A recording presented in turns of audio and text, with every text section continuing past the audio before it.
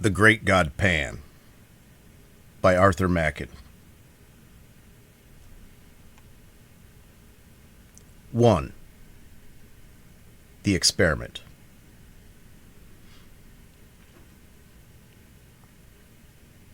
I am glad you came, Clarke. Very glad indeed. I was not sure you could spare the time.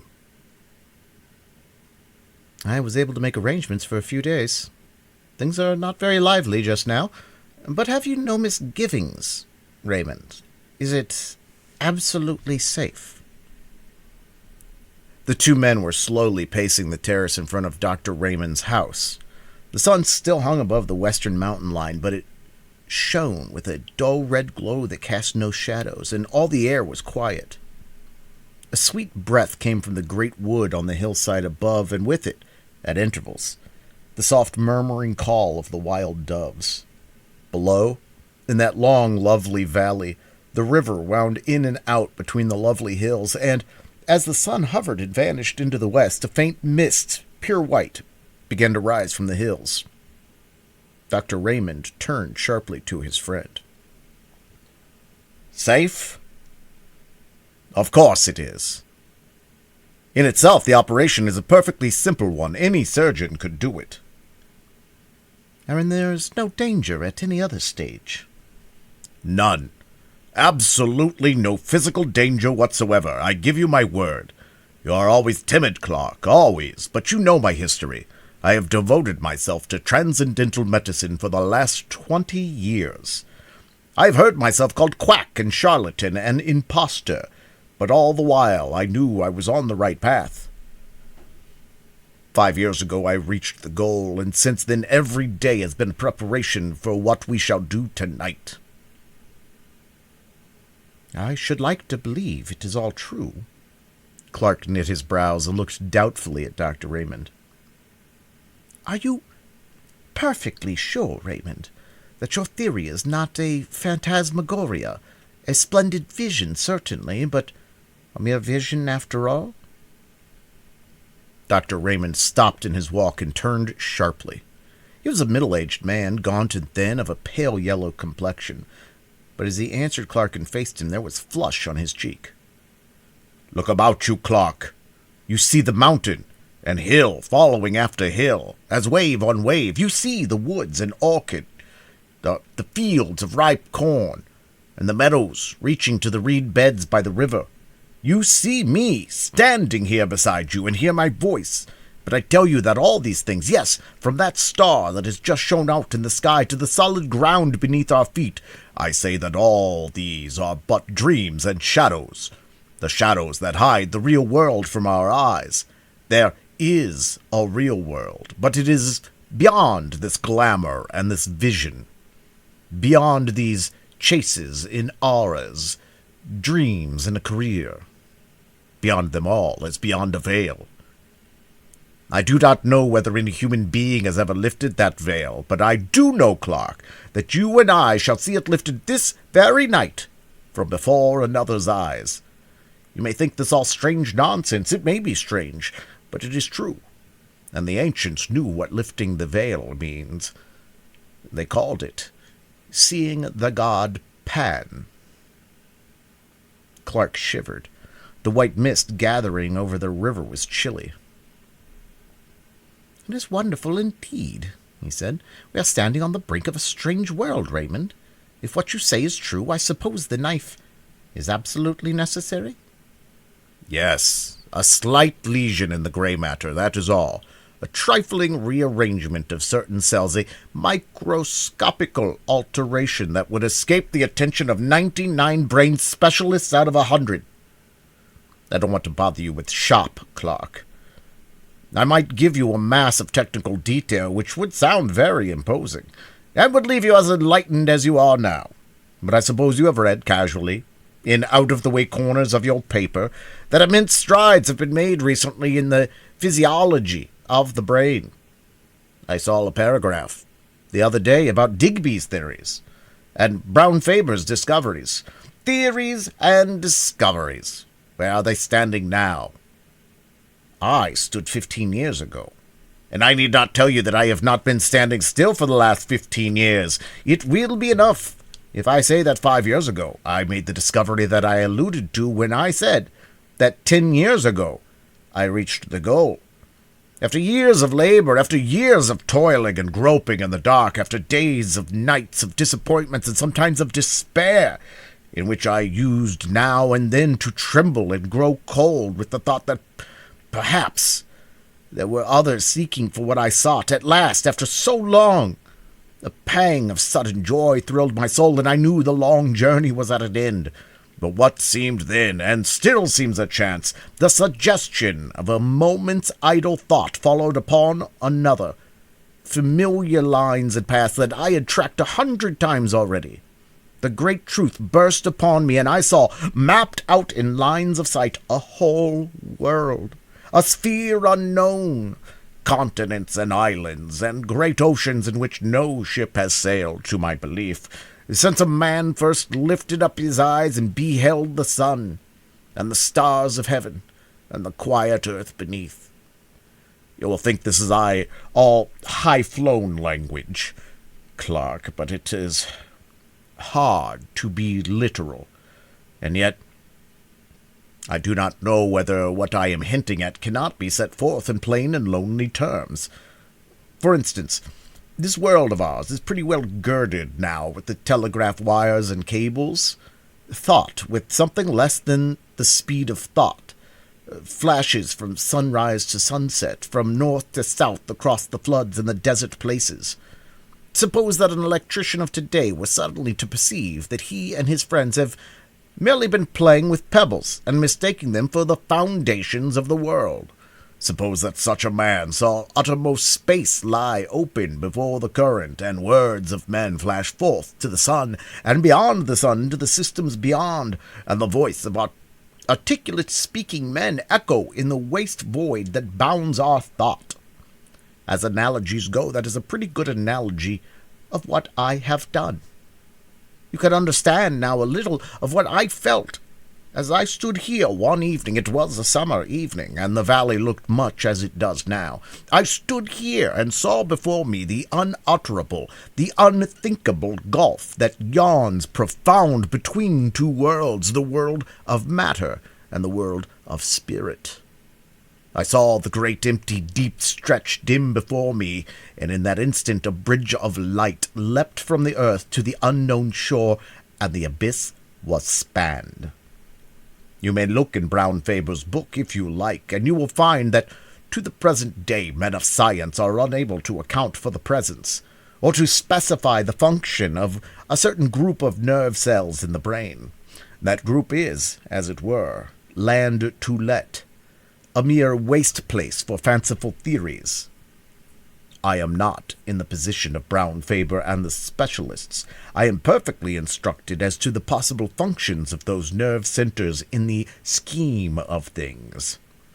With a touch I can bring them into play. With a touch, I say, I can set free the current. With a touch I can complete the communication between this world of sense and... We shall be able to finish the sentence later on. Yes, the knife is necessary. But think what the knife will effect. It will level utterly the solid wall of sense, and probably for the first time since man was made, a spirit will gaze upon a spirit world. Clarke, Mary will see the god Pan. But you remember what you wrote to me. I thought it would be requisite that she... He whispered the rest into the doctor's ear. Not at all, not at all. That is nonsense, I assure you. Indeed, it is better as it is. I am quite certain of that. Consider the matter well, Raymond. It is great responsibility. Something might go. You would be a miserable man for the rest of your days. No, I think not. Even if the worst happened, as you know, I rescued Mary from the gutter, and from almost certain starvation when she was a child. I think her life is mine, to use as I see fit. Come, it's getting late. We had better go in. Dr. Raymond led the way into the house through the hall and down a long, dark passage. He took a key from his pocket and opened a heavy door and motioned Clarke into his laboratory. It had once been a billiard room and was lighted by a glass dome in the center of the ceiling, whence there still shone a sad gray light on the figure of the doctor as he lit a lamp with a heavy shade and placed it on a table in the middle of the room. Clarke looked about him. Scarcely a foot of wall remained bare. There were shelves all around, laden with bottles and phials of all shapes and colors, and at one end stood a little Chippendale bookcase. Raymond pointed to this. "You see that parchment, Oswald Crolius?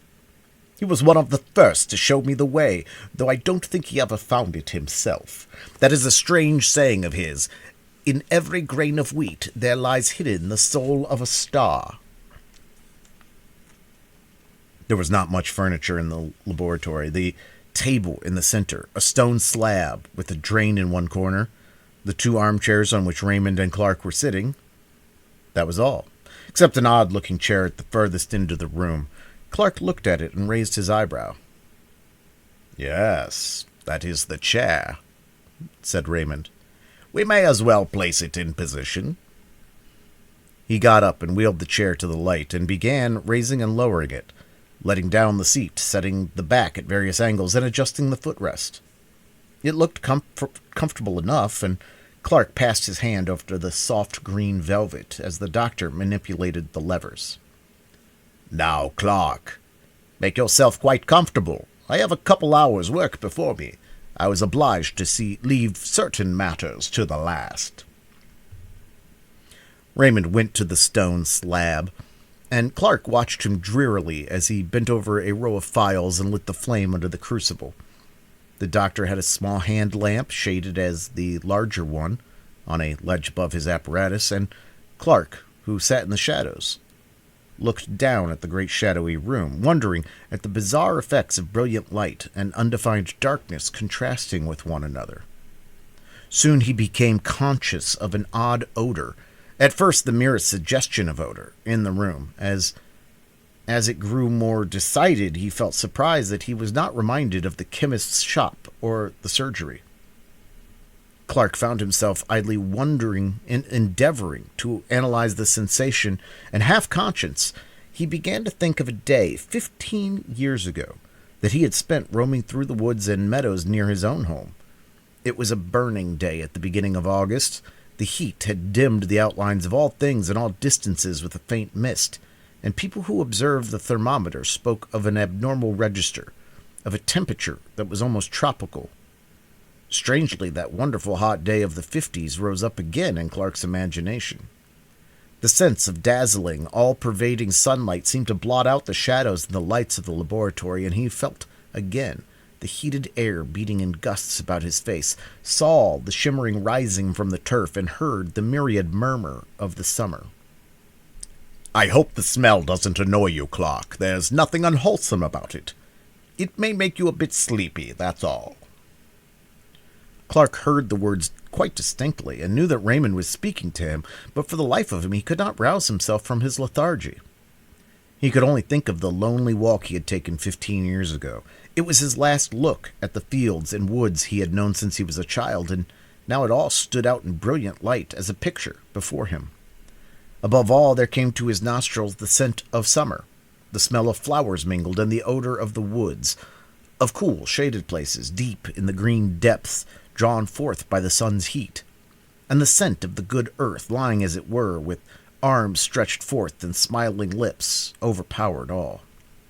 His fancies made him wander, as he had wandered long ago, from the fields into the wood, tracking a little path between the shining undergrowth of beech trees, and the trickle of water dropping from the limestone rock sounded as a clear melody in the dream. Thoughts began to go astray and to mingle with other thoughts. The beech alley was transformed to a path between ilex trees, and here and there a vine climbed from bough to bough and sent up waving tendrils and drooped with purple grapes, and the sparse gray-green leaves of the wild olive tree stood out against the dark shadows of the ilex. Clarke, in the deep folds of dream, was conscious that the path from his father's house had led him into an undiscovered country, and he was wondering at the strangeness of it all, when Suddenly, in place of the hum and murmur of the summer, an infinite silence seemed to fall on all things, and the wood was hushed, and for a moment in time he stood face to face there with a presence that was neither man nor beast, neither the living nor the dead, but all things mingled, the form of all things but devoid of all form. And in that moment, the sacrament of body and soul was dissolved, and a voice seemed to cry, "Let us go hence." And then the darkness of darkness beyond the stars, the darkness of everlasting. When Clarke woke up with a start, he saw Raymond pouring a few drops of some oily fluid into a green phial, which he stoppered tightly. "You have been dozing," he said. "The journey must have tired you out. It is done now. I am going to fetch Mary. I shall be back in 10 minutes. Clarke lay back in his chair and wondered. It seemed as if he had but passed from one dream into another. He half expected to see the walls of the laboratory melt and disappear, and to awake in London, shuddering at his own sleeping fancies.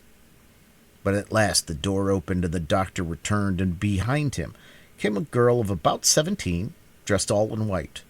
She was so beautiful that Clarke did not wonder at what the doctor had written to him. She was blushing now over face and neck and arms, but Raymond seemed unmoved. "Mary," he said, "your time has come. You are quite free. Are you willing to trust yourself to me entirely?" "Yes, dear."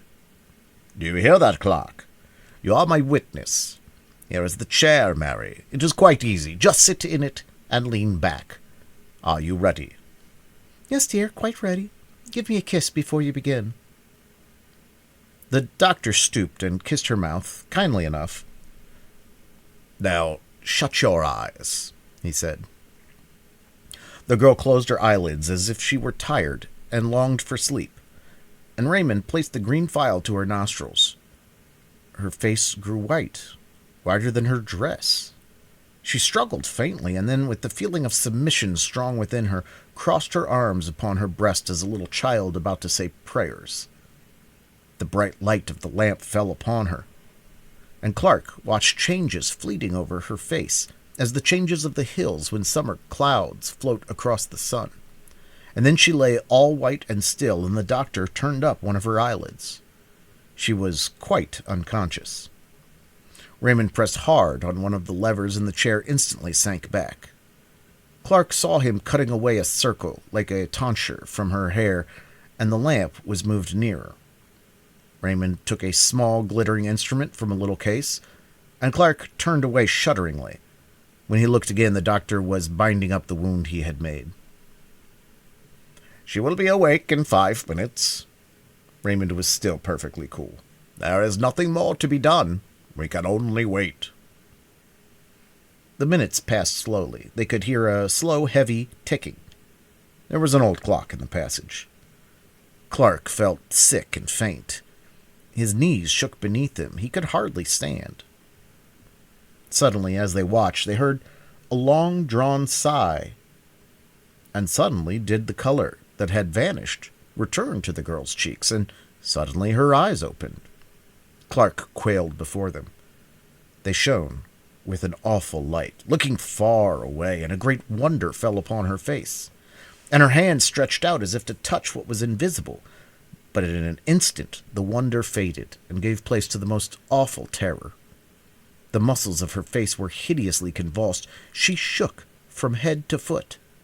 The soul seemed struggling and shuddering within the house of flesh. It was a horrible sight. Then Clarke rushed forward as she fell shrieking to the floor. 3 days later, Raymond took Clarke to Mary's bedside. She was lying wide awake, rolling her head from side to side and grinning vacantly. "Yes," said the doctor, still quite cool. "It is a great pity. She is a hopeless idiot. However, it could not be helped, and after all, she has seen the great god Pan." 2. Mr. Clarke's Memoirs. Mr. Clarke, the gentleman chosen by Dr. Raymond to witness the strange experiment of the god Pan was a person in whose character caution and curiosity were oddly mingled. In his sober moments, he thought of the unusual and eccentric with undisguised aversion, and yet deep in his heart there was a wide-eyed inquisitiveness with respect to all the more recondite and esoteric elements in the nature of men. The latter tendency had prevailed when he accepted Raymond's invitation, for though he considered judgment, had always repudiated the doctor's theories as the wildest nonsense, yet he secretly hugged a belief in fantasy, and would have rejoiced to see that belief confirmed. The horrors that he witnessed in the dreary laboratory were, to a certain extent, salutary. He was conscious of a being involved in an affair not altogether reputable, and for many years afterward he clung bravely to the commonplace and rejected all occasions of occult investigation. Indeed, on some homeopathic principle, he for some time attended the seances of distinguished mediums, hoping that the clumsy tricks of these gentlemen would make him altogether disgusted with mysticism of every kind. But the remedy, though caustic, was not efficacious. Clarke knew that he still pined for the unseen, and little by little the old passion began to reassert itself, as the face of Mary, shuddering and convulsed with an unknown terror, faded slowly from his memory. Occupied all day in pursuits both serious and lucrative, the temptation to relax in the evening was too great, especially in the winter months. When the fire cast a warm glow over his snug bachelor apartment, and a bottle of some choice claret stood ready by his elbow, his dinner digested, he would make a brief pretense of reading the evening paper, but the mere catalogue of news soon palled upon him, and Clarke would find himself casting glances of warm desire in the direction of an old Japanese bureau, which stood at a pleasant distance from the hearth. Like a boy before a jam closet, for a few minutes he would hover indecisive, but lust always prevailed, and Clarke ended up by drawing up his chair, lighting a candle, and sitting down before the bureau. Its pigeonholes and drawers teemed with documents on the most morbid subjects, and in the well-reposed a large manuscript volume, in which he had painfully entered the gems of his collection. Clarke had a fine contempt for published literature. The most ghostly story ceased to interest him if it happened to be printed. His sole pleasure was in the reading, compiling, and rearranging of what he called his Memoirs to prove the existence of the devil. And engaged in this pursuit, the evening seemed to fly, and the night appeared too short. On one particular evening, an ugly December night, black with fog and raw with frost, Clarke hurried over his dinner and scarcely deigned to observe his customary ritual of taking up the paper and laying it down again. He paced 2 or 3 times up and down the room and opened the bureau, stood still a moment, and sat down. He leant back, absorbed in one of those dreams to which he was the subject, and at length drew out his book and opened it at the last entry. There were 3 or 4 pages densely covered with Clarke's round, set penmanship, and at the beginning he had written in a somewhat larger hand: "Singular narrative told to me by my friend Dr. Phillips. He assures me that all the facts related therein are strictly and wholly true, but refuses to give either the surnames of the persons concerned or the place where the extraordinary events occurred." Mr. Clarke began to read over the account for the 10th time, glancing now and then at the pencil notes he had made when it was told him by his new friend. It was one of his humors to pride himself on a certain literary ability. He thought well of his style, and he took pains in arranging the circumstances in dramatic order. He read the following story. "The persons concerned in this statement are Helen V., who, if she is still alive, must now be a woman of 33, Rachel M., since deceased, who was a year younger than the above, and Trubert W., an imbecile aged 18. These persons were at the period of the story inhabitants of a village on the borders of Wales, a place of some importance in the time of the Roman occupation, but now a scattered hamlet of not more than 500 souls. It is situated on rising ground about 6 miles from the sea, and is sheltered by a large and picturesque forest." Some 11 years ago, Helen V. came to the village under rather peculiar circumstances. It is understood that she, being an orphan, was adopted in her infancy by a distant relative, who brought her up in his own house until she was 12 years old. Thinking, however, that it would be better for the child to have playmates of her own age, he advertised in several local papers for a good home and a comfortable farmhouse for a girl of 12. And in this advertisement was answered by Mr. R., a well-to-do farmer in the above-mentioned village. His references proving satisfactory, the gentleman sent his adopted daughter to Mr. R. with a letter in which he stipulated that the girl should have a room to herself, and stated that her guardians need be at no trouble in the matter of education, as she was already sufficiently educated for the position in life which she would occupy. In fact, Mr. R. was given to understand that the girl would be allowed to find her own occupations, and to spend her time almost as she liked. Mr. R. duly met her at the nearest station, a town 7 miles away from his house, and seems to have remarked nothing extraordinary about the child except that she was reticent as to her former life and her adopted father. She was, however, of a very different type from the inhabitants of the village. Her skin was pale, clear olive, and her features were strongly marked, and of a somewhat foreign character.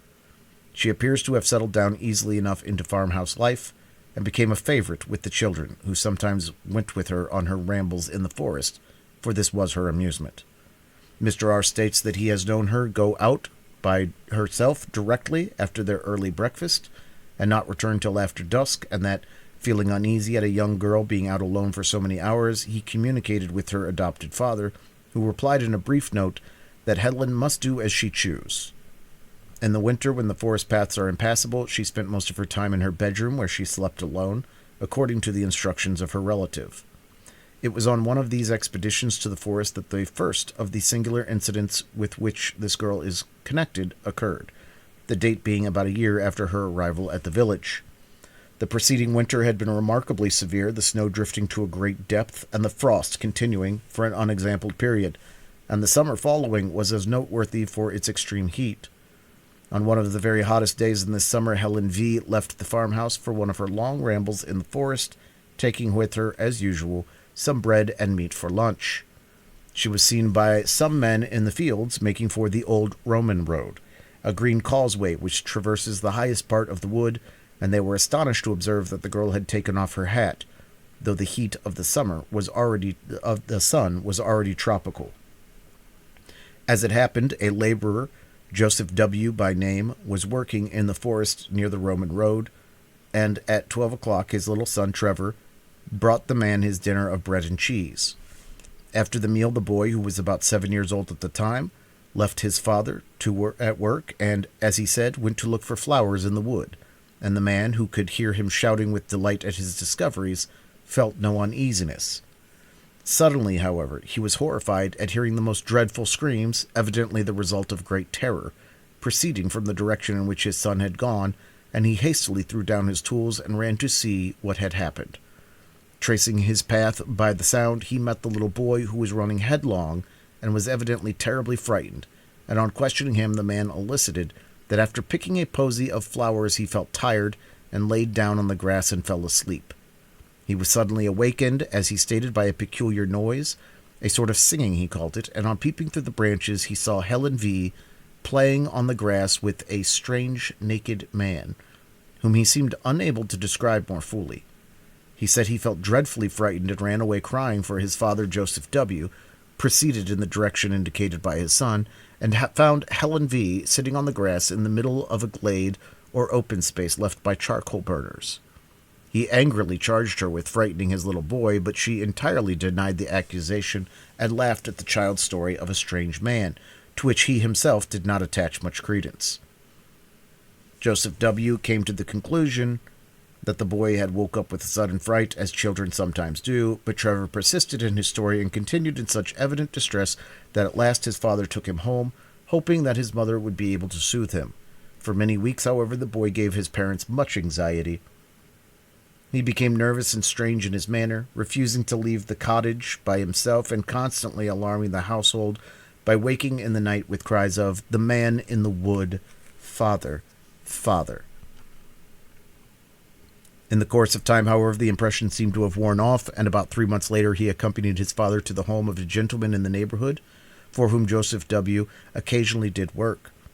The man was shown into the study, and the little boy was left sitting in the hall, and a few minutes later, while the gentleman was giving W. his instructions, they were both horrified by a piercing shriek and the sound of a fall, and rushing out they found the child lying senseless on the floor, his face contorted with terror. The doctor was immediately summoned, and after some examination he pronounced the child to be suffering some kind of fit, apparently produced by a sudden shock. The boy was taken to one of the bedrooms, and after some time recovered consciousness, but only to pass into a condition described by the medical man as one of violent hysteria. The doctor exhibited a strong sedative, and in the course of 2 hours pronounced him fit to walk home, but in passing through the hall, the paroxysms of fright returned, and with additional violence. The father perceived that the child was pointing at some object and heard the old cry, "The man in the wood," and looking in the direction indicated saw a stone head of grotesque appearance, which had been built into the wall above one of the doors. It seems the owner of the house had recently made alterations in his premises, and on digging the foundation for some offices, the men had found a curious head, evidently of the Roman period, which had been placed in the manner described. The head is pronounced by the most experienced archaeologist of the distinct to be that of a faun or satyr. Dr. Phillips tells me that he has seen the head in question, and assures me that he has never received such a vivid presentiment of intense evil. From whatever cause arising, the second shock seemed too severe for the boy Trevor, and at present date he suffers from a weakness of intellect, which gives but little promise of amending. The matter was a good deal of sensation at the time, and the girl Helen was closely questioned by Mr. R., but to no purpose, she steadfastly denying that she had frightened or in any way molested Trevor. The second event with which the girl's name is connected took place about 6 years ago, and is still more extraordinary character. At the beginning of the summer of 1882, Helen contracted a friendship of a peculiarly intimate character with Rachel M., the daughter of a prosperous farmer in the neighborhood. This girl, who was a year younger than Helen, was considered by most people to be the prettier of the two, though Helen's features had to a great extent softened as she became older. The two girls, who were together on every available opportunity, presented a singular contrast, the one with her clear, olive skin and almost Italian appearance, and the other of the proverbial red and white of our rural districts. It must be stated that the payments made to Mr. R. for the maintenance of Helen were known in the village for their excessive liberality, and the impression was general that she would one day inherit a large sum of money from her relative. The parents of Rachel were therefore not averse for their daughter's friendship with the girl, and even encouraged the intimacy, though they now bitterly regret having done so. Helen still retained her extraordinary fondness for the forest, and on several occasions Rachel accompanied her, the two friends setting out early in the morning and remaining into the wood until dusk. Once or twice after these excursions, Mrs. M. thought that the daughter's manner rather peculiar. She seemed languid and dreamy, and, as it had been expressed, different from herself. But these peculiarities seemed to have been thought too trifling for remark. One evening, however, after Rachel had come home, her mother heard a noise which sounded like suppressed weeping in the girl's room, and on going in found her lying half undressed upon her bed, evidently in the greatest distress. As soon as she saw her mother, she exclaimed, "Ah, mother, mother, why did you let me go to the forest with Helen?" Mrs. M. was astonished at so strange a question, and proceeded to make inquiries. Rachel told her a wild story. She said, Clarke closed the book with a snap, and turned his chair towards the fire. When his friend sat one evening in that very chair and told his story, Clarke had interrupted him at that point, a little subsequent to this, had cut short his words in a paroxysm of horror. "My God!" he had exclaimed. Think what you are saying! It is too incredible, too monstrous! Such things can never be in this quiet world, where men and women live and die, and struggle and conquer, or maybe fail, and fall down under sorrow, and grieve, and suffer strange fortunes for many a year. But not this, Phillips, not such things as this.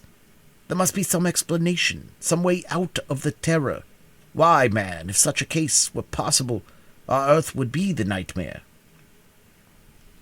But Phillips had told this story to the end, concluding, "Her flight remains a mystery to this day, She vanished in broad sunlight. I saw her walking in a meadow, and in a few moments later she was not there." Clarke tried to conceive the thing again as he sat by the fire, and again his mind shuddered and shrank back, appalled before the sight of such awful, unspeakable elements enthroned, as it were, and triumphant in human flesh. Before him stretched the long, dim vista of the green causeway in the forest, and his friend described it. He saw the swaying leaves and the quivering shadows on the grass. He saw the sunlight and the flowers, and far away, far in the long distance, the two figures moved towards him. One was Rachel, but the other?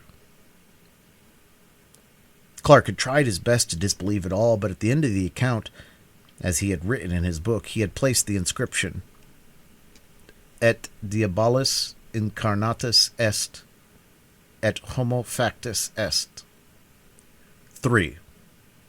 The City of Resurrections.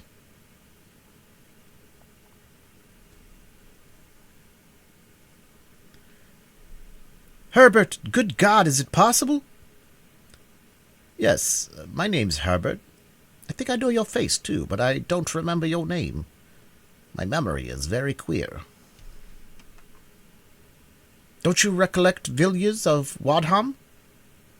So it is. I beg your pardon, Villiers. I didn't think I was begging of an old college friend. Good night." "My dear fellow, this haste is unnecessary. My rooms are close by, but we won't go there just yet. Suppose we walk up Shaftesbury Avenue a little way. But how in heaven's name have you come to this pass, Herbert?" "It's a long story, Villiers, and a strange one, too. But you can hear it if you like." "Come on, then. Take my arm. You don't seem very strong." The ill-assorted pair moved slowly up the Rupert Street, the one in dirty, evil-looking rags, and the other attired in the regulation uniform of a man about town, trim, glossy, and eminently well-to-do. Villiers had emerged from his restaurant after an excellent dinner of many courses, assisted by an ingratiating little flask of Chianti, and in that frame of mind which was with him almost chronic, had delayed a moment by the door, peering round in the dimly lighted street in search of those mysterious incidents and persons with which the streets of London teem in every quarter and every hour. Villiers prided himself as a practised explorer of such obscure mazes and byways of London life, and in this unprofitable pursuit he displayed an assiduity which was worthy of more serious employment.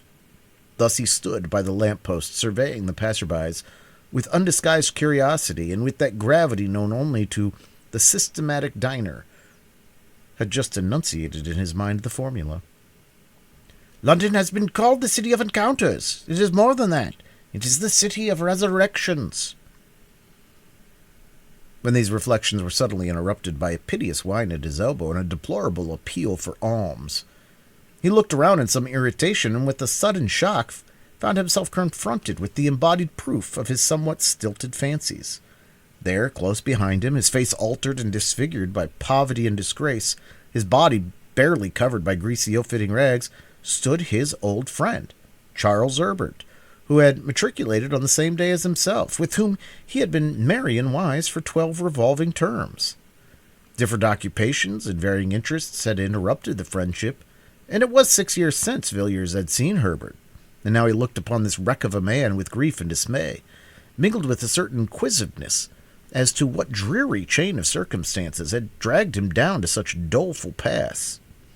Villiers felt, together with compassion, all the relish of the amateur in mysterious, and congratulated himself on his leisurely speculations outside the restaurant.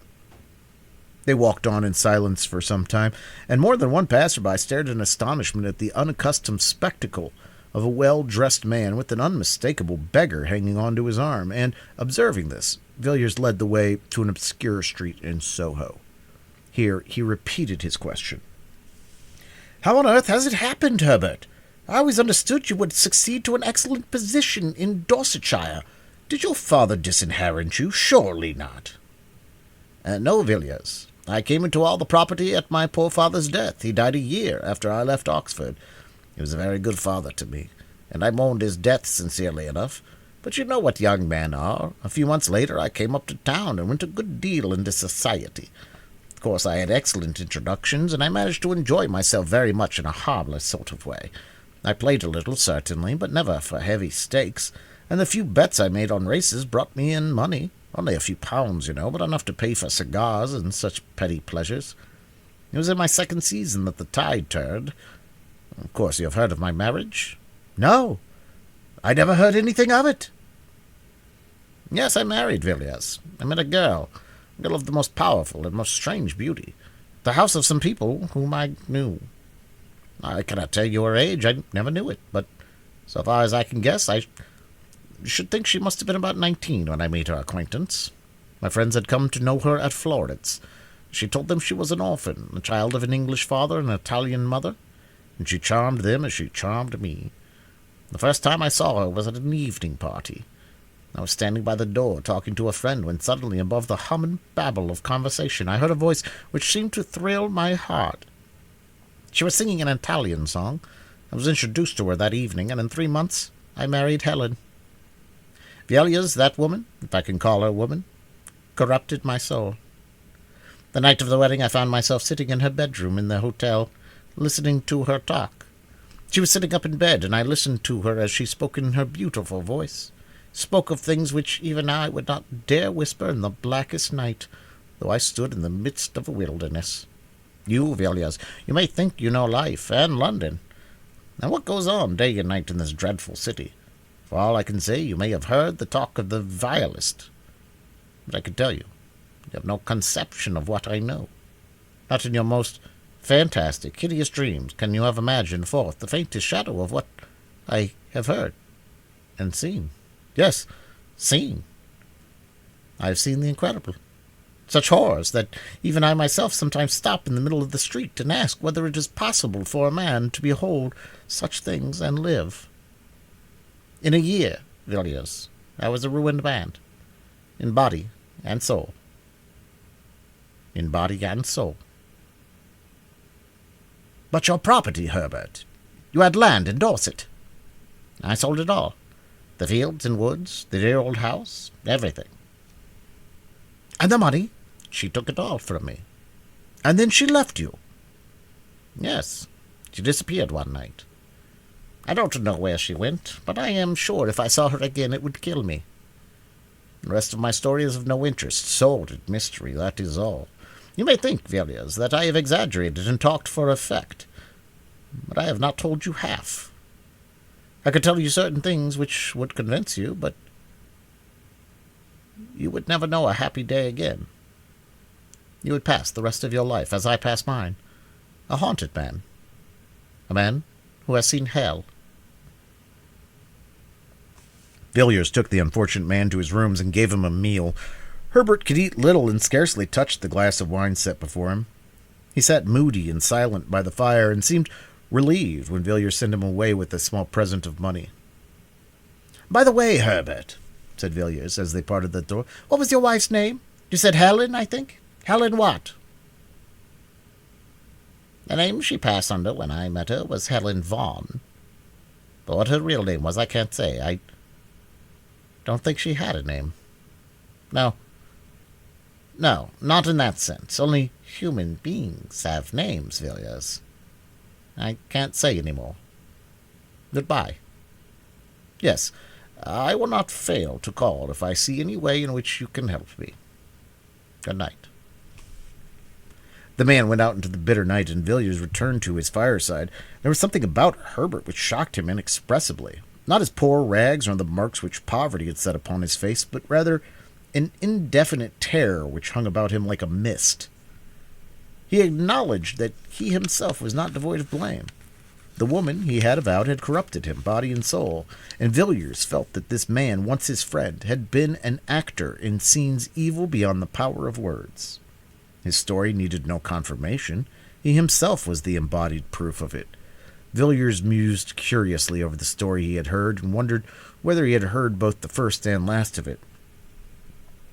"No," he thought, "certainly not the last, probably only the beginning. A case like this is like a nest of Chinese boxes. You open one after another and find a quainter workmanship in every box. Most likely poor Herbert is merely one of the outside boxes. There are stranger ones to follow." Villiers could not take his mind away from Herbert and his story, which seemed to grow wilder as the night wore on. The fire seemed to burn low, and the chilly air of the morning crept into the room. Villiers got up with a glance over his shoulder, and, shivering slightly, went to bed. A few days later, he saw at his club a gentleman of his acquaintance, named Austin, who was famous for his intimate knowledge of London life, both in its tenebrous and luminous phases. Villiers, still full of his encounter in Soho and its consequences, thought Austin might possibly be able to shed some light on Herbert's history, and so after some casual talk, he suddenly put the question. "Do you happen to know anything of a man named Herbert? Charles Herbert?" Austin turned round sharply and stared at Villiers with some astonishment. "Charles Herbert? Weren't you in town 3 years ago? No, then you have not heard of the Paul Street case. It was a good deal of sensation at the time." "What was the case?" "Well, a gentleman, a man of very good position, was found dead, stark dead, in the area of a certain house in Paul Street, off Tottenham Court Road. Of course, the police did not make the discovery. If you happen to be sitting up all night and have a light in your window, the constable will ring the bell. But if you happen to be lying dead in somebody's area, you will be left alone. In this instance, as in many others, the alarm was raised by some kind of vagabond. I don't mean a common tramp or public-house loafer, but a gentleman whose business or pleasure, or both, made him a spectator of the London streets at 5 o'clock in the morning. The individual was, as he said, going home. It did not appear whence or whither, and had occasion to pass through Paul Street between 4 and 5 a.m. Something or other caught his eye at number 20. He said, absurdly enough, that the house had the most unpleasant physiognomy he had ever observed, but at any rate he glanced down the area and was a good deal astonished to see a man lying on the stones, his limbs all huddled together and his face turned up. Our gentleman thought his face looked peculiarly ghastly, and so set off at a run in search of the nearest policeman. The constable was at first inclined to treat the matter lightly, suspecting common drunkenness.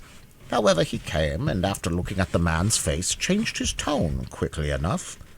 The early bird, who had picked up this fine worm, was sent off for a doctor, and the policeman came and knocked at the door, till a slatternly servant girl came down, looking more than half asleep. The constable pointed out the contents of the area to the maid, who screamed loudly enough to wake up the street, but she knew nothing of the man, had never seen him at the house, and so forth. Meanwhile, the original discoverer had come back with a medical man, and the next thing was to get into the area. The gate was open, so the whole quartet stumped down the steps. The doctor hardly needed a moment's examination. He said the poor fellow had been dead for several hours, and it was then that the case began to get interesting. The dead man had not been robbed, and in one of his pockets were papers identifying him as, well, as a man of good family and means, a favourite in society, and nobody's enemy, as far as could be known. I don't give his name, Villiers, because it has nothing to do with the story, and because it is no good raking up these affairs about the dead when there are no relations living. The next curious point was that the medical man couldn't agree as to how he had met his death. There were some slight bruises on his shoulders, but they were so slight that it looked as if it had been pushed roughly out of the kitchen door, and not thrown over the railings from the street, or even dragged down the steps. But there were positively no other marks of violence about him, certainly none that would account for his death. And when they came to the autopsy, there wasn't a trace of poison of any kind. Of course, the police wanted to know all about the people at number 20, and here again, so I have heard from private sources, one or two other very curious points came out. It appears that the occupants of the house were a Mr. and Mrs. Charles Herbert. He was said to be a landed proprietor, though it struck most people that Paul Street was not exactly the place to look for a country gentry. As for Mrs. Herbert, nobody seemed to know who or what she was, and between ourselves, I fancy the divers, after her history, found themselves in rather strange waters. Of course, they both denied knowing anything about the deceased, and in default of any evidence against them, they were discharged, but some very odd things came out about them. Though it was between 5 and 6 in the morning when the dead man was removed, a large crowd had collected, and several of the neighbors round to see what was going on. They were pretty free with their comments, and by all accounts, and from these it appeared that number 20 was in very bad odor in Paul Street. The detectives tried to trace down these rumors to some solid foundation of fact, but could not get a hold of anything. People shook their heads and raised their eyebrows and thought the Herberts rather queer, would rather not be seen going into their house, and so on. But there was nothing tangible. The authorities were morally certain that the man met his death in some way or another in the house and was thrown out by the kitchen door, but they couldn't prove it, and the absence of any indications of violence or poisoning left them helpless. An odd case, wasn't it? But curiously enough, there's something more that I haven't told you. I happen to know one of the doctors who was consulted as to the cause of death, and some time after the inquest I met him and asked him about it. "Do you really mean to tell me," I said, "that you were baffled by the case? That you actually don't know what the man died of?" "Pardon me," he replied, "I know perfectly well what caused death. Blank death of fright, of sheer awful terror. I never saw features so hideously contorted in the entire course of my practice, and I've seen the faces of a whole host of dead." The doctor was usually a cool customer enough, and a certain vehemence in his manner struck me, but I couldn't get anything more out of him. I suppose the Treasury didn't see their way of prosecuting the Herberts for frightening a man to death. At any rate, nothing was done, and the case dropped out of men's minds. Do you happen to know anything of Herbert? "Well," replied Villiers, "he was an old college friend of mine." "You don't say. Have you seen his wife?" "No, I haven't. I have lost sight of Herbert for many years." "It's queer, isn't it, parting with a man at the college gate or at Paddington, seeing nothing of him for years, and then finding him pop his head in such an odd place. But I should like to have seen Mrs. Herbert. People say extraordinary things about her." "What sort of things?"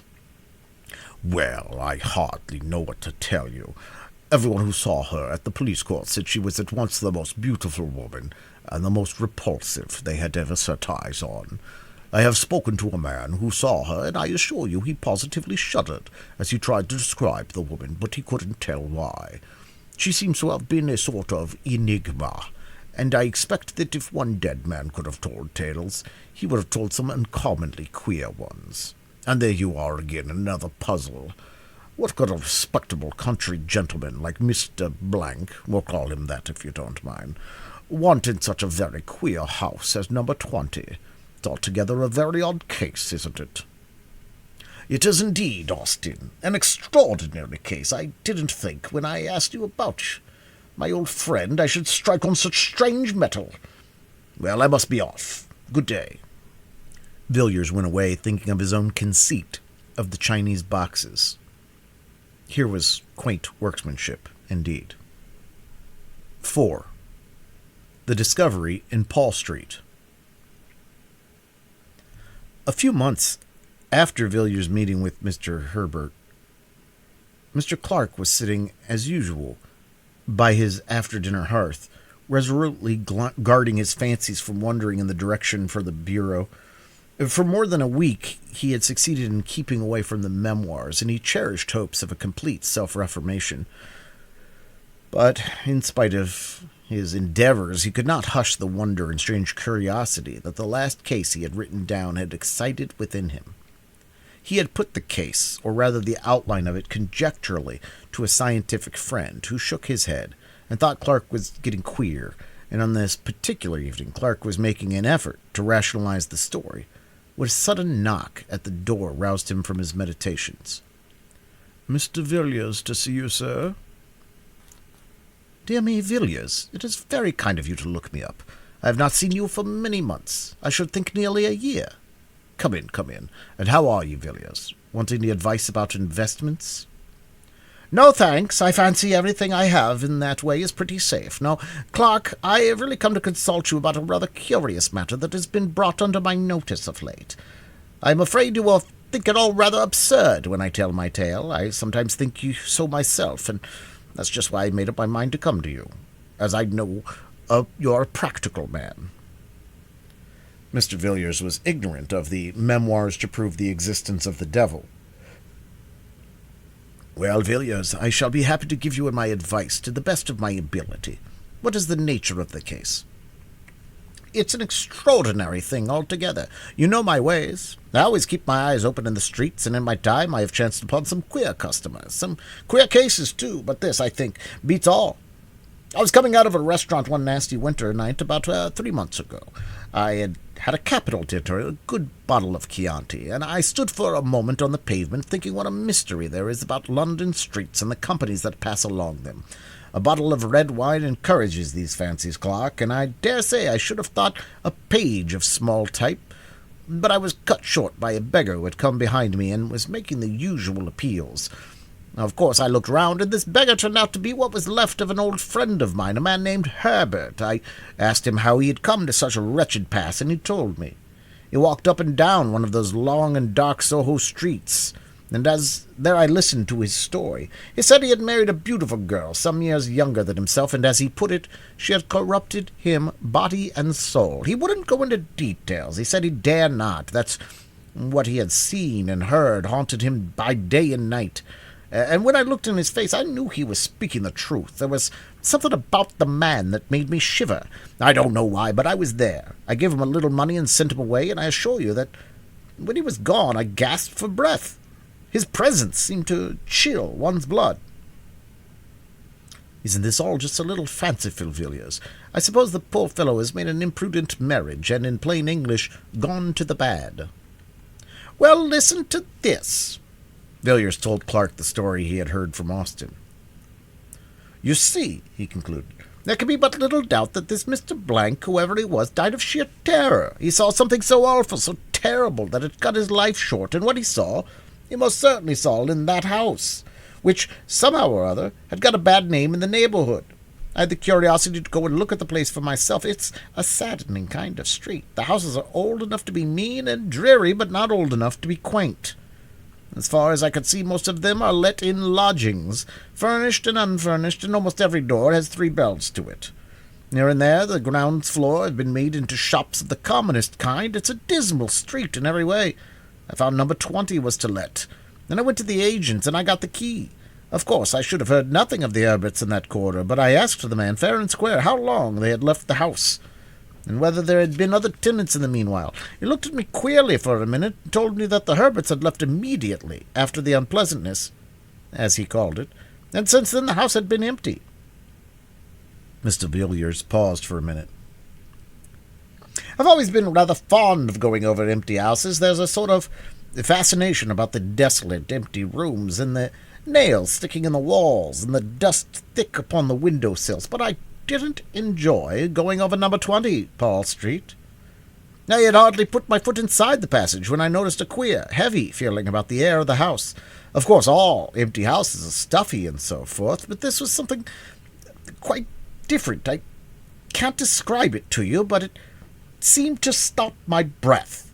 I went into the front room and the back room and the kitchen downstairs. They were all dirty and dusty enough as you expect, but there was something strange about them all. I couldn't define it to you. I only know I felt queer. There was one of the rooms on the first floor, though, that was the worst. It was a largish room, and once on a time the paper must have been cheerful enough, but when I saw it, paper and everything were most doleful, but the room was full of horror. I felt my teeth grinding as I put my hand on the door, and when I went in, I thought I should have fallen fainting on the floor. However, I pulled myself together and stood against the end wall, wondering what on earth there could be about the room to make my limbs tremble and my heart beat as if I were at the hour of death. In one corner there was a pile of newspapers littered on the floor, and I began looking at them. They were papers of 3 or 4 years ago, some of them half torn, some of them crumbled as if they had been used for packing. I turned the whole pile over, and amongst them I found a curious drawing. I will show it to you presently, but I couldn't stay in the room. I felt it was overpowering me. I was thankful to come out safe and sound into the open air. People stared at me as I was walking along the street, and one man said I was drunk. I was staggering about from one side of the pavement to the other, and it was as much as I could do to take the key back to the agent and get home. I was in bed for a week, suffering from what my doctors called nervous shock and exhaustion. One of those days I was reading the evening paper and happened to notice a paragraph headed "Starved to Death." It's an unusual style of thing.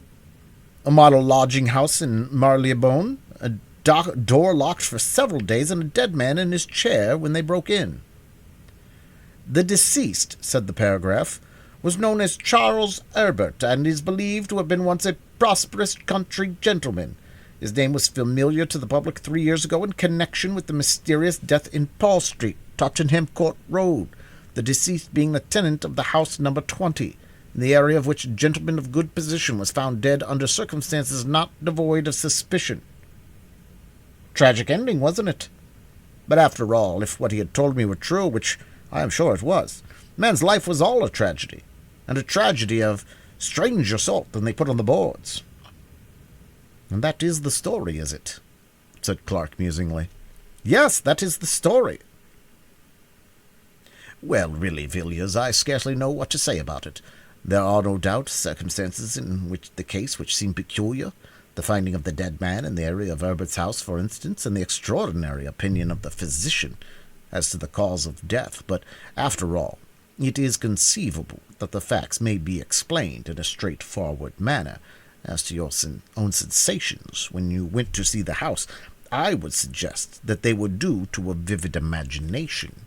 You must have been brooding in a semi-conscious way over what you had heard. I don't exactly see what more can be said or done in the matter. You evidently think there is a mystery of some kind, but Herbert is dead. Where, then, do you propose to look? I propose to look for the woman who he married. She is the mystery. The two men sat silent by the fireside, Clarke secretly congratulating himself on having successfully kept up the character of advocate of the commonplace, and Villiers wrapped in his gloomy fancies. I think I will have a cigarette, he said at last, and put his hand in his pocket to feel for the cigarette case. Ah, he said, starting slightly. I forgot I have something to show you. Remember my saying that I had found a rather curious sketch amongst the pile of old newspapers at the house in Paul Street? Here it is. Villiers drew out a small thin parcel from his pocket. It was covered with brown paper and secured with string, and the knots were troublesome. In spite of himself, Clarke felt inquisitive. He bent forward on his chair as Villiers painfully undid the string and unfolded the outer covering. Inside was a second wrapping of tissue, and Villiers took it off and handed the small piece of paper to Clarke without a word. There was dead silence in the room for 5 minutes or more. The two men sat so still they could hear the ticking of the tall, old-fashioned clock that stood outside of the hall, and in the mind of one of them, the slow monotony of sound woke up a far, far memory. He was looking intently at the small pen-and-ink sketch of the woman's head. It had evidently been done with great care and by a true artist, for the woman's soul looked out of the eyes, and the lips were parted with a strange smile. Clarke gazed still at the face. It brought to his memory one summer evening long ago. He saw again the long, lovely valley, the river winding between the hills, the meadows and the cornfields, the dull red sun and the cold white mist rising from the water. He heard a voice speaking to him across the waves of many years and saying, Clarke, Mary will see the god Pan. And then he was standing in the grim room beside the doctor, listening to the heavy ticking of the clock, waiting and watching the figure lying on the green chair beneath the lamplight. Mary rose up, and he looked into her eyes, and his heart grew cold within him.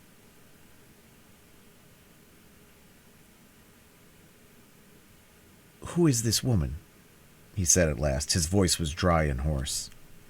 That is the woman who Herbert married. Clarke looked again at the sketch. It was not Mary after all. There certainly was Mary's face, but there was something else, something he had not seen on Mary's features when the white-clad girl entered the laboratory with the doctor, nor at her terrible awakening, nor when she lay grinning on the bed. Whatever it was, the glance that came from those eyes, the smile on the full lips, or the expression of the whole face, Clarke shuddered before it at his inmost soul and thought unconsciously of Dr. Phillips' words. "The most vivid presentiment of evil I have ever seen." He turned the paper over mechanically in his hand and glanced at the back. "Good God, Clarke, what's the matter? You're as white as death." Villiers had started wildly from his chair as Clarke fell back with a groan and let the paper drop from his hands. "I don't feel very well, Villiers. I'm subject to these attacks. Pour me out a little wine, thanks. That will do. I shall feel better in a few minutes." Villiers picked up the fallen sketch and turned it over as Clarke had done. "You saw that?" he said. "That's how I identified it as being a portrait of Herbert's wife, or should I say his widow. How do you feel now?" "Better, thanks. It was only a passing faintness. I don't think I quite catch your meaning. What did you say enabled you to identify the picture?" "This word, Helen, was written on the back. Didn't I tell you her name was Helen? Yes, Helen Vaughan." Clarke groaned. There could be no shadow of the doubt. "Now, don't you agree with me," said Villiers, "that in the story I have told you tonight, and in the part this woman plays in it, there are some very strange points?" "Yes, Villiers," Clarke muttered. "It's a strange story indeed. A strange story indeed. You must give me time to think it over. I may be able to help you, or I may not. Must you be going now? Well, good night, Villiers. Good night. Come and see me in the course of a week." 5. The Letter of Advice.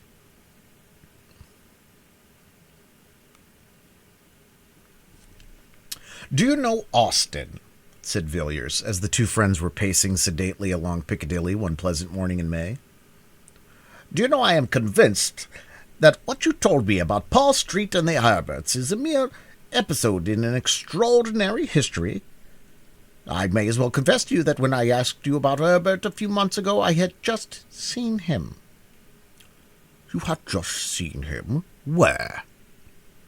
"He begged of me in the street one night. It was in a most pitiable plight, but I recognized the man, and I got him to tell me his history, or at least the outline of it. In brief, it amounted to this: he had been ruined by his wife." "In what manner?" "He would not tell me. He would only say that she had destroyed him, body and soul. The man is dead now." "And what has become of his wife?" "Ah, that's what I would like to know, and I mean to find her sooner or later. I know a man named Clarke, a dry fellow. In fact, a man of business, but shrewd enough. You understand my meaning. Not shrewd in the mere business sense of the word, but a man who really knows something about men and life. Well, I laid the case before him, and he was evidently impressed. He said it needed consideration, and asked me to come again in the course of a week. A few days later I received this extraordinary letter." Austin took the envelope, drew out the letter, and read it curiously. It ran as follows. "My dear Villiers, I have thought over the matter on which you consulted me the other night, and my advice to you is this: throw the portrait into the fire. Blot out the story from your mind. Never give it another thought, Villiers, or you will be sorry. You will think, no doubt, that I am in possession of some secret information, and to a certain extent that is the case. But I only know a little. I am like a traveler who has peered over an abyss and has drawn back in terror. What I know is strange enough and horrible enough, but beyond my knowledge there are depths and horrors more frightful still, more incredible than any tale told of winter nights about the fire. I have resolved, and nothing shall shake that resolve, to explore no whit farther. And if you value your happiness, you will make the same determination. Come and see me by all means, but we will talk on more cheerful topics than this." Austin folded the letter methodically and returned it to Villiers. "It is certainly an extraordinary letter," he said. "What does he mean by the portrait?" "Ah, I forgot to tell you, I've been to Paul Street and made a discovery." Villiers told his story as he told it to Clarke, and Austin listened in silence. He seemed puzzled. "Very curious that you should experience such an unpleasant sensation in that room," he said at length. "I hardly gather that it were a mere matter of the imagination, a feeling of repulsion, in short." "No, it was more physical than mental. It was as if I were inhaling at every breath some deadly fume, which seemed to penetrate to every nerve and bone and sinew of my body. I felt racked from head to foot. My eyes began to grow dim. It was like the entrance of death." Yes. Very strange, certainly. You see, your friend confesses that there is some very black story connected with this woman. Did you notice any particular emotion in him when you were telling your tale?" "Yes, I did. He became very faint, but he assured me that it was a mere passing attack to which he was subject." "Did you believe him?" "I did at the time, but I don't now. He heard what I had to say with a good deal of indifference till I showed him the portrait. It was then that he was seized with the attack of which I spoke. He looked ghastly, I assure you." "Then he must have seen the woman before. But there might be another explanation. It might have been the name, and not the face which was familiar to him. What do you think?" "I couldn't say. To the best of my belief, it was after turning the portrait in his hands that he nearly dropped from the chair. The name, you know, was written on the back." "Quite so. After all, it is impossible to come to any resolution in a case like this. I hate melodrama, and nothing strikes me as more commonplace and tedious than the ordinary ghost story of commerce. But really, Villiers, it looks as if there was something very queer at the bottom of all this." The two men had, without noticing it, turned up Ashley Street, leading northward from Piccadilly. It was a long street, and rather a gloomy one, but here and there a brighter taste had illuminated the dark houses with flowers and gay curtains and a cheerful paint on the doors. Villiers glanced up as Austin stopped speaking and looked at one of the houses. Geraniums, red and white, drooped from every sill, and daffodil-colored curtains were draped back from each window.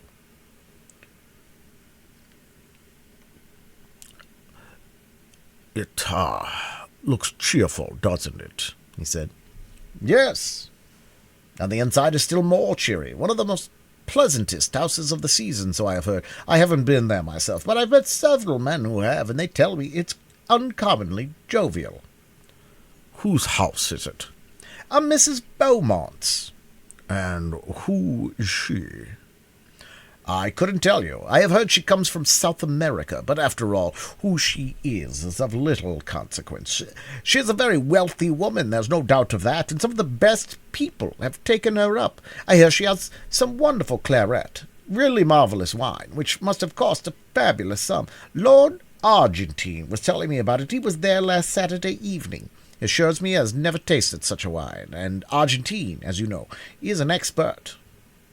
By the way, that reminds me, she must be an oddish sort of woman, this Mrs. Beaumont. Argentine asked her how old the wine was, and what do you think she said? About 1,000 years, I believe.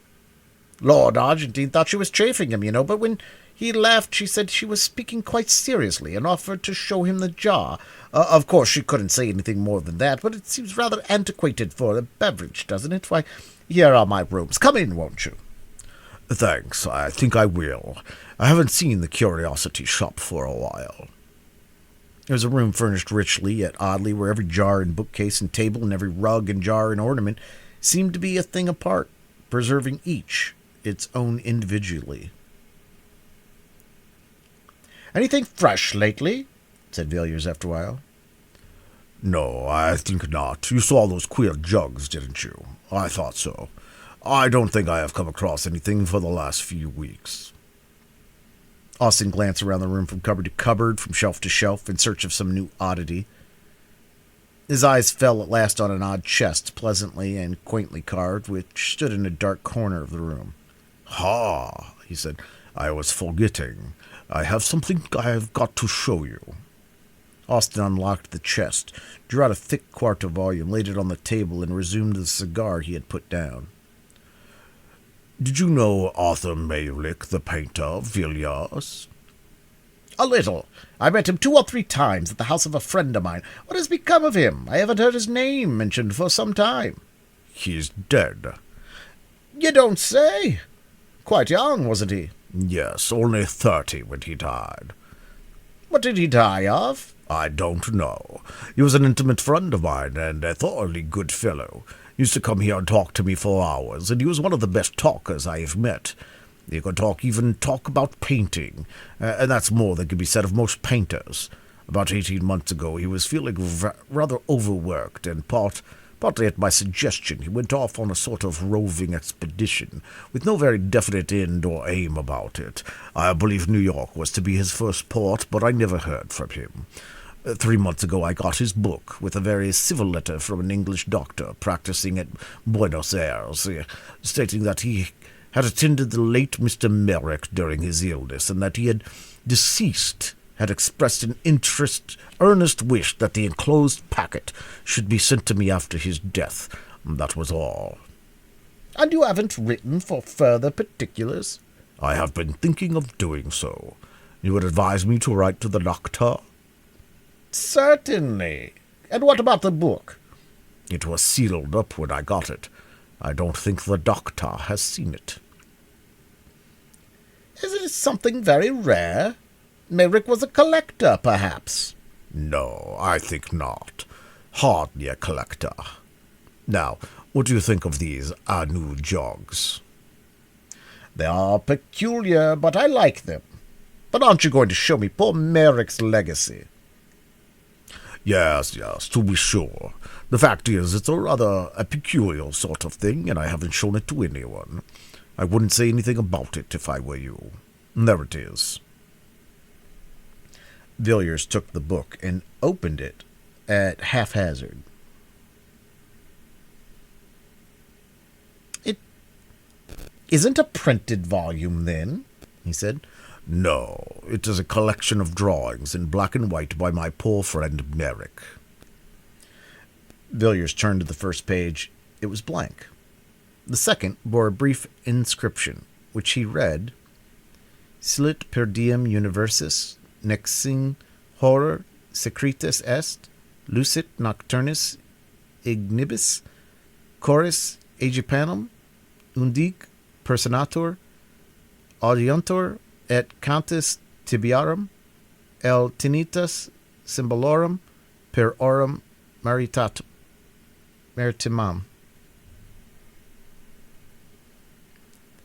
On the third page was a design which Villiers start and look up at Austin.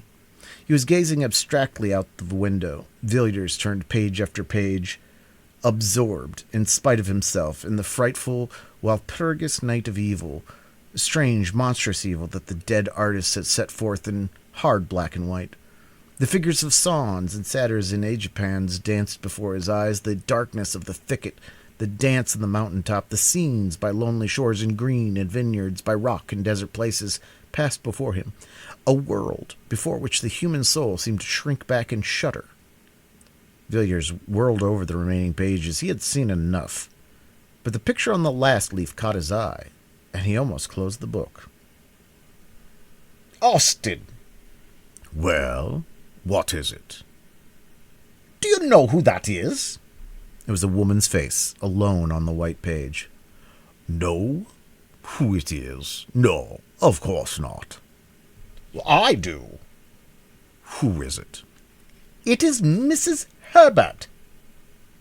"Are you sure?" "I am perfectly sure of it. Poor Merrick. He is one more chapter in her history." "But what do you think of the designs?" "They are frightful. Lock the book up again, Austin. If I were you, I would burn it. Must be a terrible companion, even though it be in a chest." Yes, they are singular drawings, but I wonder what connection there could be between Merrick and Mrs. Herbert, or what link between her and these designs. Ah, who can say? It is possible that the matter may end here, and we shall never know. But in my own opinion, this Helen Vaughan, or Mrs. Herbert, is only the beginning.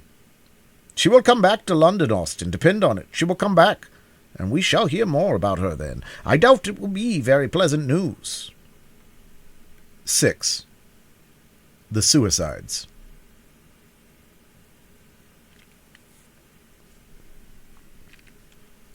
Lord Argentine was a great favorite in London society. At 20, he had been a poor man, decked with the surname of an illustrious family, but forced to earn a livelihood as best he could. And the most speculative of moneylenders would not have entrusted him with £50 on the chance of his ever changing his name for a title, and his poverty for a great fortune. His father had been near enough to the fountain of good things to secure one of the family livings, but the son, even if he had taken orders, would scarcely have obtained so much as this, and moreover felt no vocation for the ecclesiastical estate. Thus he fronted the world with no better armor than the bachelor's gown and the wits of a young son's grandson, with which equipment he contrived in some way to make a very tolerable fight of it. At 25, Mr. Charles Albernon saw himself still a man of struggles and of warfare within the world. But out of the 7 who stood before him in the high places of his family, 3 only remained. These 3, however, were good lives, but not yet proof against the Zulu assegais and typhoid fever. And so, one morning, Albernon woke up and found himself Lord Argentine, a man of 30 who had faced the difficulties of existence and had conquered. The situation amused him immensely, and he resolved that riches should be as pleasant to him as poverty had always been. Argentine, after some little consideration, came to the conclusion that dining, regarded as a fine art, was perhaps the most amusing pursuit open to fallen humanity, and thus his dinners became famous in London, and an invitation to his table a thing covetously desired. After 10 years of lordship and dinners, Argentine still declined to be jaded, still persisted in enjoying life, and by a kind of infection had become recognized as the cause of joy in others, in short, as the best of company. His sudden and tragical death, therefore, caused a wide and deep sensation. People could scarcely believe it, even though the newspaper was before their eyes, and the cry of "mysterious death of a nobleman" came ringing up from the street. But there stood the brief paragraph. Lord Argentine was found dead this morning by his valet under distressing circumstances. It is stated that there can be no doubt that his lordship committed suicide, though no motive can be assigned for the act. The deceased nobleman was widely known in society, and much liked for his genial manner and sumptuous hospitality. He is succeeded by, etc., etc. By slow degrees the details came to light, but the case still remained a mystery. The chief witness at the inquest was the deceased's valet, who said that the night before his death Lord Argentine had dined with a lady of good position, whose name was suppressed in the newspaper reports. At about 11 o'clock Lord Argentine had returned, and informed his man that he should not require his services till the next morning. A little later the valet had occasion to cross the hall, and was somewhat astonished to see his master quietly letting himself out at the front door. He had taken off his evening clothes and was dressed in a Norfolk coat and knickerbockers, and wore a low brown hat. The valet had no reason to suppose that Lord Argentine had seen him, and though his master rarely kept late hours, though little of the occurrence till the next morning, when he knocked at the bedroom door at 9:15 as usual. He received no answer, and after knocking 2 or 3 times, entered the room, and saw Lord Argentine's body leaning forward at an angle from the bottom of the bed. He found that his master had tied a cord securely to one of the short bedposts, and, after making a running noose and slipping it round his neck, the unfortunate man must have resolutely fallen forward to die by slow strangulation. He was dressed in a light suit in which the valet had seen him go out, and the doctor who was summoned pronounced that life had been extinct for more than 4 hours. All papers, letters, and so forth seemed in perfect order, and nothing was discovered which pointed in the most remote way to any scandal, either great or small. Here the evidence ended. Nothing more could be discovered. Several persons had been present at the dinner party at which Lord Argentine had assisted, and to all these he seemed in his usual genial spirits. The valet, indeed, said he thought his master appeared a little excited when he came home, but confessed that the alteration in his manner was very slight, hardly noticeable indeed. It seemed hopeless to seek for any clue, and the suggestion that Lord Argentine had been suddenly attacked by acute suicidal mania was generally accepted. It was otherwise, however, when within 3 weeks 3 more gentlemen, one of them a nobleman, and the other 2 others men of good position and ample means, perished miserably in the almost precisely the same manner. Lord Swanley was found one morning in his dressing room, hanging from a peg affixed to a wall, and Mr. Collier Stewart and Mr. Harries had chosen to die as Lord Argentine. There was no explanation in either case, a few bald facts. A living man in the evening, and a body with a black swollen face in the morning.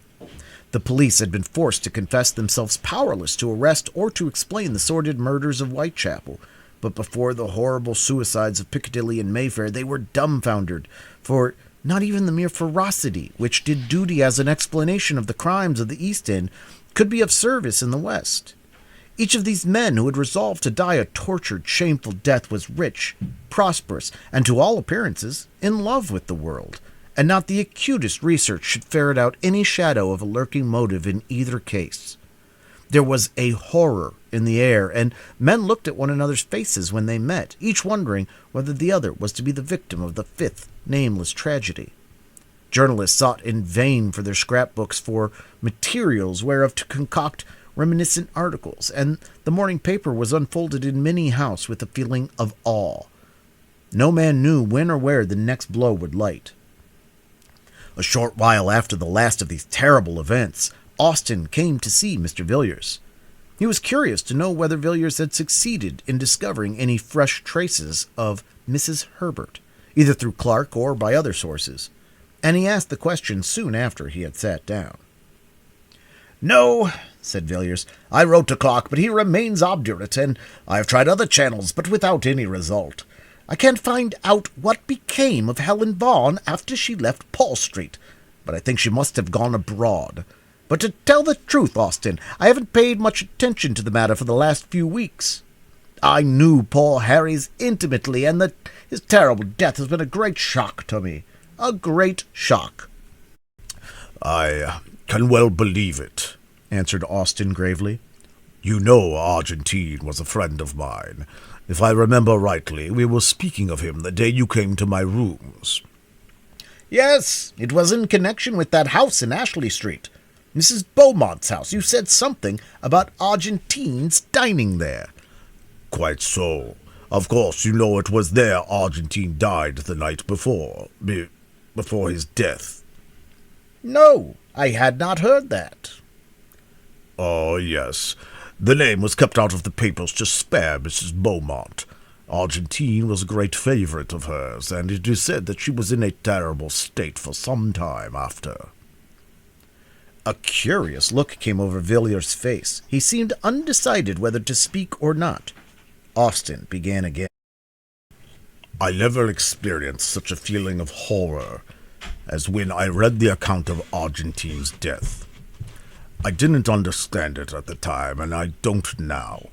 I knew him well, and it completely passes my understanding for what possible cause he, or any of the others for the matter of that, could have resolved in cold blood to die in such an awful manner. You know how men babble away each other's characters in London. You may be sure any buried scandal or hidden skeleton would have been brought to light in such a case of this, but nothing of the sort has taken place. As for the theory of mania, that is very well, of course, for the coroner's jury, but everybody knows that it's all nonsense. Suicidal mania is not smallpox." Austin relapsed into gloomy silence. Villiers sat silent also, watching his friend. The expression of indecision still fleeted across his face. He seemed as if weighing his thoughts in the balance, and the considerations he was resolving left him still silent. Austin tried to shake off the remembrance of tragedies as hopeless and perplexed as the labyrinth of Daedalus and began to talk in an indifferent voice of the more pleasant incidents and adventures of the season. "That Mrs. Beaumont," he said, "of whom we were speaking, is a great success. She has taken London almost by storm. I met her the other night at Fulham's. She's really a remarkable woman." "You have met Mrs. Beaumont?" "Yes, she had quite a court around her. She would be called very handsome, I suppose, yet there is something about her face which I didn't like. The features are exquisite, but the expression is strange. And all the time I was looking at her, and afterwards, when I was going home, I had the curious feeling that very expression was in some way or another familiar to me." "You must have seen her in the Row." "No. I'm sure I'd never set eyes on the woman before. It is that which makes it puzzling, and to my best of my belief I have never seen anyone like her. What I felt was kind of a dim, far-off memory, vague but persistent. The only sensation I can compare it to is that odd feeling one sometimes has in a dream, when fantastic cities and wondrous land and phantom personages appear familiar and accustomed." Villiers nodded and glanced aimlessly around the room, possibly in search of something onto which to turn the conversation. His eyes fell on an old chest somewhat like that in which the artist's strange legacy lay hidden beneath a Gothic scruncheon. "Have you written to the doctor about poor Merrick?" he asked. "Yes, I wrote asking for full particulars as to his illness and death. I don't expect to have an answer for another 3 weeks or a month. I thought I might as well inquire whether Merrick knew an Englishwoman named Herbert, and if so, whether the doctor could give me any information about her. But it's very possible that Merrick fell in with her at New York, or Mexico, or San Francisco. I have no idea as to the extent or direction of his travels." "Yes, and it's very possible that the woman may have more than one name." "Exactly. I wish I had thought of asking you to lend me the portrait of her which you possess. I might have enclosed it in my letter to Dr. Matthews." "So you might. That never occurred to me. We might send it now. Hark! What are those boys calling?" While the two men had been talking together with a confused noise of shouting had been gradually growing louder. The noise rose from the eastward and swelled down Piccadilly, drawing nearer and nearer, a very torrent of sound, surging up streets usually quiet and making every window a frame for a face, curious or excited. The cries and voices came echoing up the silent street where Villiers lived, growing more distinct as they advanced, and as Villiers spoke, an answer rang up from the pavement. "The West End horrors! Another awful suicide! Full details!" Austin rushed down the stairs and bought a paper and read out the paragraph to Villiers as the uproar in the street rose and fell. The window was open, and the air seemed full of noise and terror. "Another gentleman has fallen a victim to the terrible epidemic of suicide which for the last month has prevailed in the West End. Mr. Sidney Crashaw of Stokehouse, Fulham, and King's Pomeroy, Devon, was found, after a prolonged search, hanging dead from the branch of a tree in his garden at 1 o'clock today. The deceased gentleman dined last night at the Carlton Club and seemed in his usual health and spirits. He left the club about 10 o'clock and was seen walking leisurely up St. James Street a little later. Subsequent to this, his movements cannot be traced. On the discovery of his body, medical aid was at once summoned, but life had evidently been long extinct. So far as it is known, Mr. Crashaw had no trouble or anxiety of any kind. This painful suicide, it will be remembered, is the 5th of the kind in the last month. The authorities at Scotland Yard are unable to suggest any explanation of these terrible occurrences." Austin put down the paper in mute horror. "I shall leave London tomorrow," he said. "It is a city full of nightmares. How awful is this, Villiers?" Mr. Villiers was sitting by the window quietly looking out into the street. He had listened to the newspaper report attentively, and the hint of indecision was no longer on his face. Wait a moment, Austin, he replied. I have made up my mind to mention a little matter that occurred last night. It stated, I think, that Crashaw was last seen alive in St. James Street shortly after 10. Yes, I think so. I will look again. Yes, you're quite right. Quite so. Well, I am in a position to contradict that statement at all events. Crashaw was seen after that. Considerably later, indeed. How do you know? Because I happened to see Crashaw myself at about 2 o'clock this morning. You saw Crashaw? You, Villiers? Yes, I saw him quite distinctly indeed. There were but a few feet between us.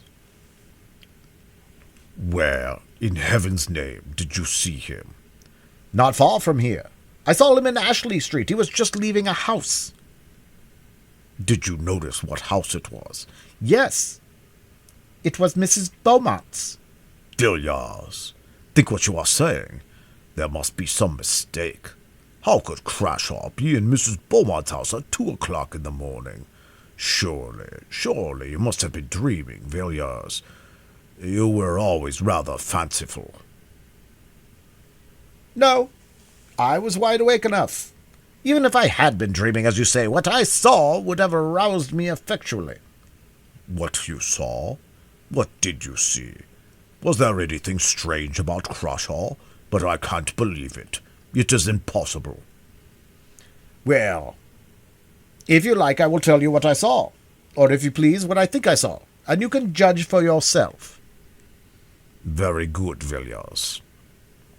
The noise and clamor of the street had died away, though now and then the sound of shouting still came from the distance, and the dull, leaden silence still seemed like the quiet after an earthquake or storm. Villiers turned from the window and began speaking. I was at a house near Regent's Park last night, and when I came away the fancy took me to walk home instead of taking a hansom. It was a clearly pleasant night enough, and after a few minutes I had the streets pretty much to myself. It's a curious thing, Austin, to be alone in London at night, the gas lamps stretching away in perspective, and the dead silence, and then perhaps the rush and clatter of a hansom on the stones, and the fire starting up under the horses' hooves. I walked along pretty briskly, for I was feeling a little tired of being out in the night, and as the clocks were striking 2, I turned down Ashley Street, which, is on my way. It was quieter than ever there, and the lamps were fewer altogether. It looked as dark and gloomy as a forest in winter. I had done about half the length of the street when I heard the door closed very softly, and naturally I looked up to see who was abroad like myself at such an hour. As it happens, there was a street lamp close to the house in question, and I saw a man standing on the step. He had just shut the door, and his face was towards me, and I recognized Crashaw directly. I never knew him to speak to, but I had often seen him, and I am positive that I was not mistaken in my man. I looked into his face for a moment, and then, I will confess the truth, I set off at a good run, and kept it up till I was within my own door. Why? Why? Because it made my blood run cold to see that man's face. I could never have supposed that such an infernal medley of passions could have glared out of any human's eyes. I almost fainted as I looked. I knew I had looked into the eyes of a lost soul. Austin, the man's outward form remained, but all hell was within it. Furious lust and hate that was like fire, and the loss of all hope and horror that seemed to shriek loud in the night though his teeth were shut, and the utter blackness of despair. I am sure that he did not see me. He saw nothing that you or I can see, but what he saw I hope we never shall. I do not know when he died. I suppose in an hour, perhaps 2. But when I passed down Ashley Street and heard the door closing, that man no longer belonged to this world. It was a devil's face I looked upon. There was an interval of silence in the room when Villiers ceased speaking. The light was failing, and all tumult of an hour ago was quietly hushed. Austin bent his head at the close of the story, and his hand covered his eyes. What can it mean? He said at length. Who knows, Austin? Who knows? It's a black business, but I think we had better keep it to ourselves for the present, At any rate, I will see if I cannot learn anything about that house through private channels of information, and if I do light upon anything, I will let you know. 7. The Encounter in Soho. 3 weeks later, Austin received a note from Villiers asking him to call either that afternoon or the next. He chose the nearer date and found Villiers sitting, as usual, by the window, apparently lost in meditation on the drowsy traffic of the street. There was a bamboo table by his side, a fantastic thing, enriched with gilding and queer painted scenes, and on it lay a little pile of papers arranged and docketed as nearly as anything in Mr. Clarke's office. "Well, Villiers, have you made any discoveries in the last 3 weeks?" "I think so. I have here 1 or 2 memoranda which struck me as singular, and there is a statement to which I shall call your attention." "And these documents relate to Mrs. Beaumont? It was really Crashaw who you saw that night standing on the doorstep of the house in Ashley Street?" "As to that matter, my belief remains unchanged, but neither my inquiries nor their results have any special relation to Crashaw. But my investigations have had a strange issue. I have found out who Mrs. Beaumont is." "Who is she? In what way do you mean?" "I mean that you and I know her better under another name." "What name is that?" "Herbert." "Herbert." Austin repeated the word, dazed with astonishment. "Yes, Mrs. Herbert of Paul Street, Helen Vaughan of early adventures unknown to me. You had reason to recognize the expression of her face. When you go home, look at the face in Merrick's Book of Horrors, and you will know the source of your recollection." "And you have proof of this?" "Yes, the best of proof. I have seen Mrs. Beaumont, or shall we say Mrs. Herbert." "Where did you see her?" "Hardly in a place where you would expect to see a lady who lives in Ashley Street, Piccadilly. I saw her entering a house in one of the meanest and most disreputable streets in Soho. In fact, I made an appointment, though not with her, and she was precise to both time and place." "All this seems very wonderful, but I cannot call it credible. You must remember, Villiers, that I have seen this woman in the ordinary adventure of London society, talking and laughing and sipping her coffee in a commonplace drawing-room with commonplace people. But you know what you are saying." "I do. I have not allowed myself to be led by surmises or fancies. It was with no thought of finding Helen Vaughan that I searched for Mrs. Beaumont in the dark waters of the life of London. But such has been the issue."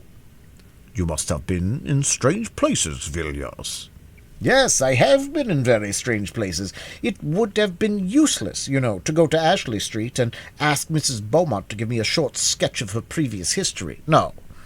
Assuming, as I had to assume, that her record was not of the cleanest, it would be pretty certain that at some previous time she must have moved in circles not quite so refined as her present ones. If you see mud at the top of a stream, you may be sure that it was once at the bottom. I went to the bottom. I have always been fond of diving into Queer Street for my amusement. I have found my knowledge of that locality and its inhabitants very useful. It is perhaps needless to say that my friends have never heard the name of Beaumont, and as I have never seen the lady and was quite unable to describe her, I had to set to work in an indirect way. The people there know me. I have been able to do some of them a service now and again, and so they made no difficulty about giving their information. They were aware I had no communication, direct or indirect, with Scotland Yard.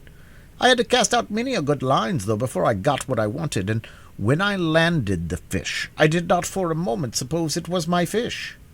But I listened to what I was told out of a constitutional liking for useless information, and I found myself in the possession of a very curious story, though, as I imagine, not the story I was looking for. It was to this effect.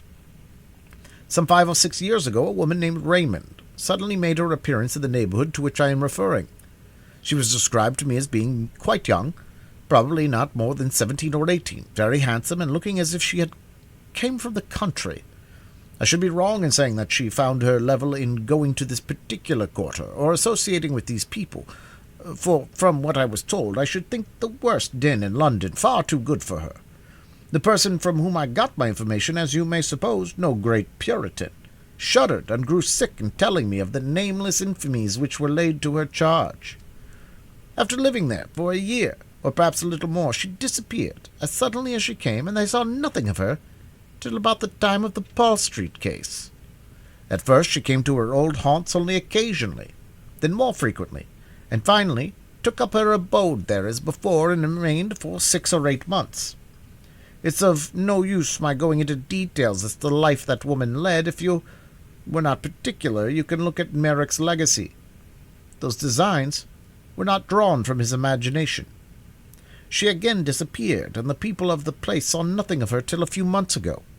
My informant told me that she had taken some rooms in a house which he pointed out, and these rooms she was in the habit of visiting 2 or 3 times a week, and always at 10 in the morning.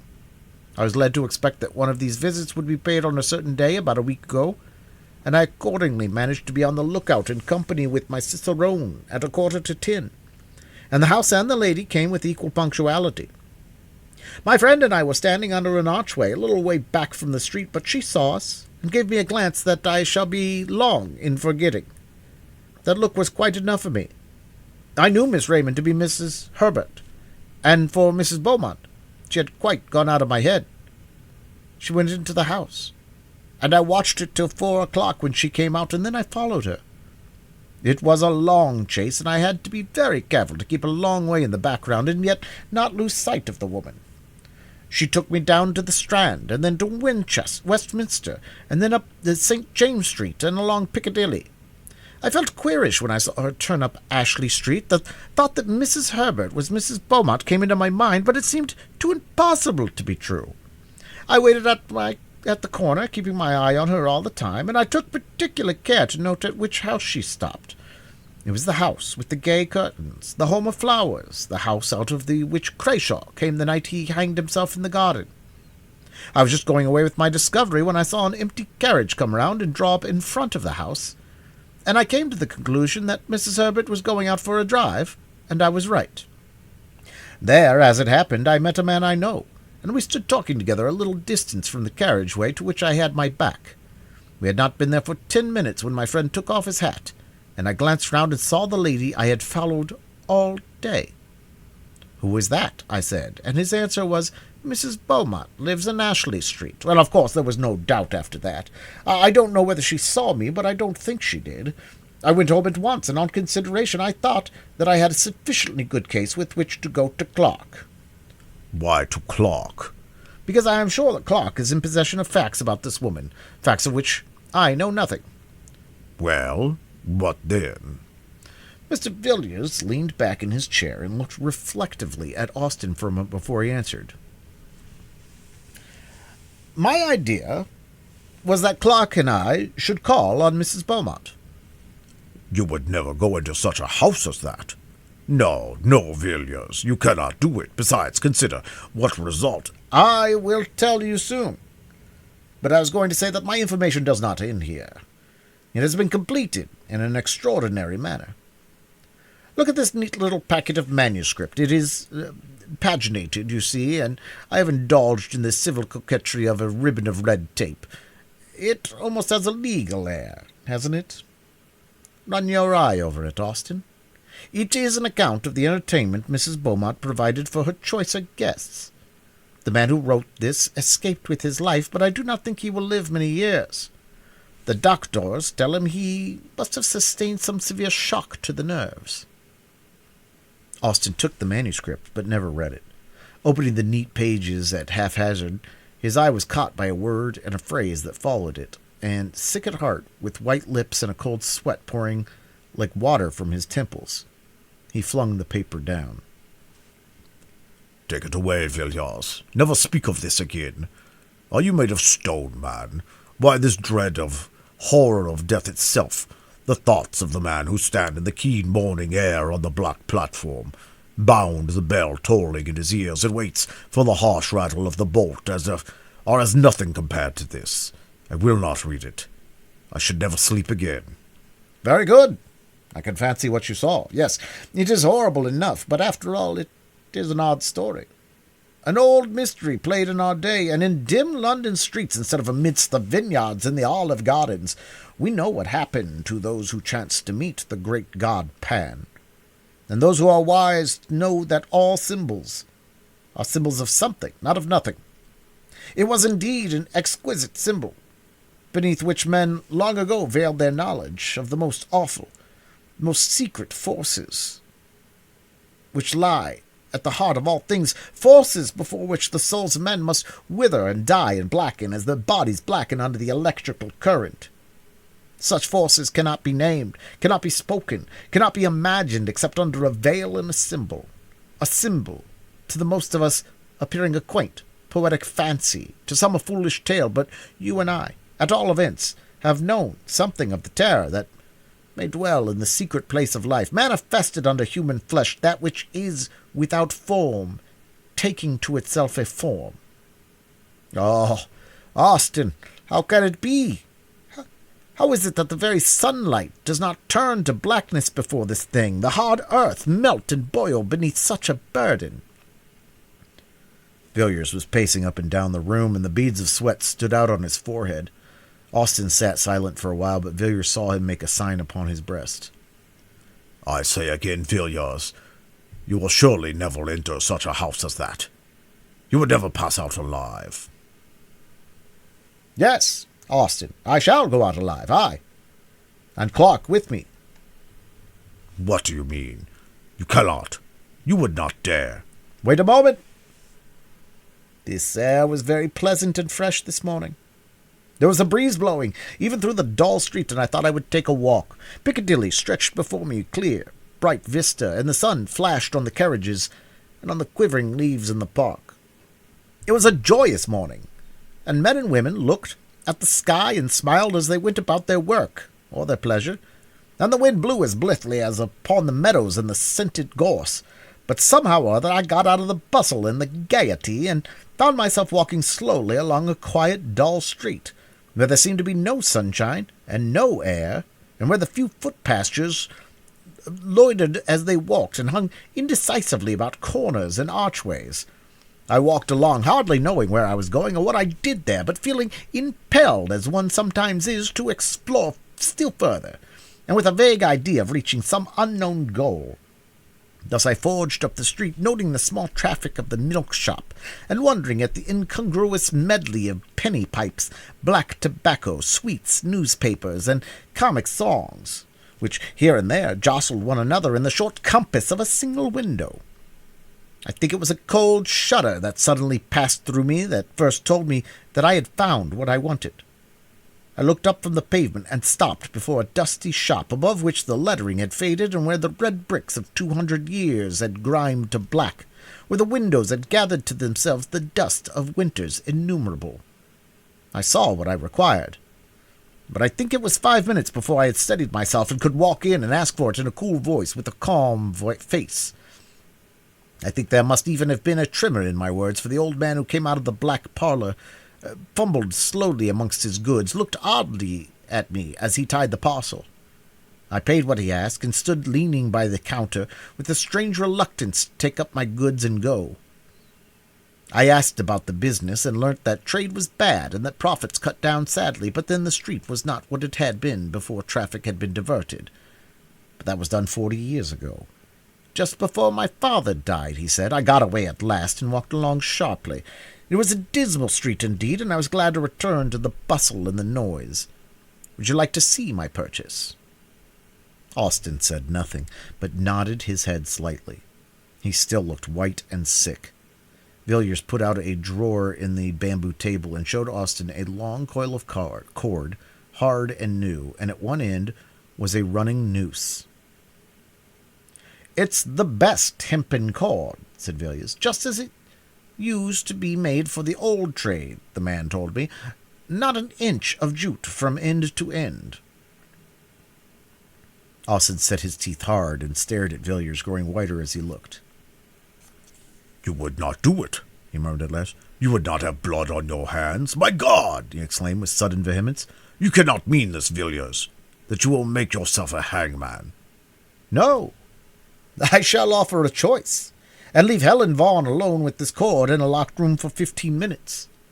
If then, when we go in, it is not done, I shall call the nearest policeman. That is all. I must go now. I cannot stay here any longer. I cannot bear this. Good night. Good night, Austin. The door shut. But in a moment it was open again, and Austin stood, white and ghastly, in the entrance. I was forgetting, he said, that I, too, have something to tell. I have received a letter from Dr. Harding of Buenos Aires. He says that he attended Merrick for 3 weeks before his death. And does he say what carried him off in the prime of life? It was not fever? No, it was not fever. According to the doctor, it is an utter collapse of the whole system, probably caused by some severe shock, but he states that the patient would tell him nothing, and that he was consequently at some disadvantage in treating the case. Is there anything more? Yes. Dr. Harding ends his letter by saying, I think this is all the information I can give you about your poor friend. He had not been long in Buenos Aires, and I do scarcely at one, with the exception of a person who did not bear the best of characters and has since left, a Mrs. Vaughan. VIII The Fragments. Amongst the papers of the well-known physician, Dr. Robert Matheson of Ashley Street, Piccadilly, who died suddenly of apoplectic seizure at the beginning of 1892, a leaf of manuscript paper was found, covered with pencil jottings. These notes were in Latin, much abbreviated, and had evidently been made in great haste. The MS was only deciphered with difficulty, and some words have up to the present time evaded all the efforts of the expert employed. The date, 25 July 1888, is written on the right-hand corner of the MS. The following is a translation of Dr. Matheson's manuscript.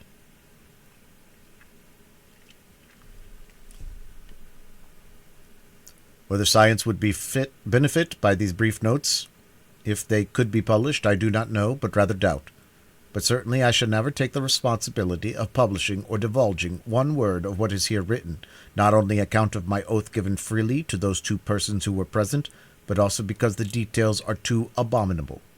It is probably that, upon mature consideration, and after weighing the good and evil, I shall one day destroy this paper, or at least leave it under the seal to my friend D., trusting in his discretion to use it or burn it as he may think fit. As was befitting, I did all that my knowledge suggested to make sure that I was suffering under no delusion. At first astounded, I could hardly think, but in a minute's time I was sure that my pulse was steady and regular, and that I was in my real and true senses. I then fixed my eyes quietly on what was before me. Though horror and revolting nausea rose up within me, and an odor corruption choked my breath, I remained firm. I was then privileged or accused, I dare not say which, to see that which was on the bed, lying there black like ink, transformed before my eyes. The skin, and the flesh, and the muscles, and the bones, and the firm structure of the human body that I had thought to be unchangeable and permanent as adamant, began to melt and dissolve. I know that the body may be separated into its elements by external agencies, but I should have refused to believe what I saw. For here there was some internal force, of which I knew nothing, that caused dissolution and change. Here, too, was all the work by which man had been made repeated before my eyes. I saw the form waver from sex to sex, dividing itself from itself, and then again reunited. Then I saw the body descend to the beasts whence it ascended, and that which was on the heights go down to the depths, even to the abyss of all being. The principle of life which makes organism always remained, while the outward form changed. The light within the room had turned to blackness, not the darkness of night in which objects are seen dimly, for I could see clearly and without difficulty, but it was the negation of light. Objects were presented to my eyes, if I may say so, without any medium, in such a manner that, if there had been a prism in the room, I should have seen no colors represented in it. I watched, and at last I saw nothing but a substance as jelly. Then the ladder was ascended again. Here the MS is in illegible. Illegible. For one instant I saw a form, shaped in dimness before me, which I will not further describe, but the symbol of this form may be seen in ancient sculptures and in paintings which survive beneath the lava, too foul to be spoken of, as a horrible and unspeakable shape, neither man nor beast, was changed into human form. There came finally death. I who saw all this, not without great horror and loathing of soul, here write my name, declaring all that I have said on paper to be true. Robert Madison, medical doctor.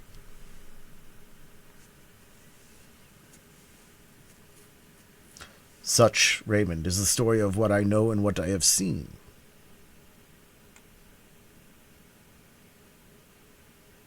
The burden of it was too heavy for me to bear alone, and yet I could tell it to none but you. Villiers, who was with me at the last, knows nothing of that awful secret of the wood, of how what we both saw die lay upon the smooth, sweet turf amidst the summer flowers, half in sun and half in shadow, and holding the girl Rachel's hand, called and summoned these companions, shaped in solemn form, upon the earth we tread upon, the horror which can but hint at, which we can only name under a figure. I would not tell Villiers of this, nor of that resemblance, which struck me as with a blow upon my heart when I saw the portrait which filled the cup of terror at the end. What this can mean I dare not guess. I know that what I saw perish was not Mary, and yet in the last agony Mary's eyes looked into mine. Whether there can be anyone who can show the last link in this chain of awful mystery, I do not know. But if there be anyone who can do this, you, Raymond, are the man. And if you know the secret, it rests with you to tell it, or not, as you please. I am writing this letter to you immediately on my getting back into town. I have been in the country for the last few days, perhaps you may be able to guess in which part. While the horror and wonder of London was at its height, for Mrs. Beaumont, as I have told you, was well known in society, I wrote to my friend Dr. Phillips, giving some brief outline, or rather hint, of what happened, and asking him to tell me the name of the village where the events he had related to me occurred. He gave me the name, as he said with the less hesitation, because Rachel's father and mother were dead, and the rest of the family had gone to a relative in the state of Washington 6 months before. The parents, he said, had undoubtedly died of grief and horror caused by the terrible death of their daughter, and by what had gone before that death. On the evening of the day which I received Philip's letter, I was at Carmen, and standing beneath the moldering Roman walls, white with the winters of 1700 years, I looked over the meadow where once had stood the older temple of the god of the deeps, and saw a house gleaming in the sunlight. It was the house where Helen had lived. I stayed at Carmen for several days. The people of the place, I found, knew little and had guessed less.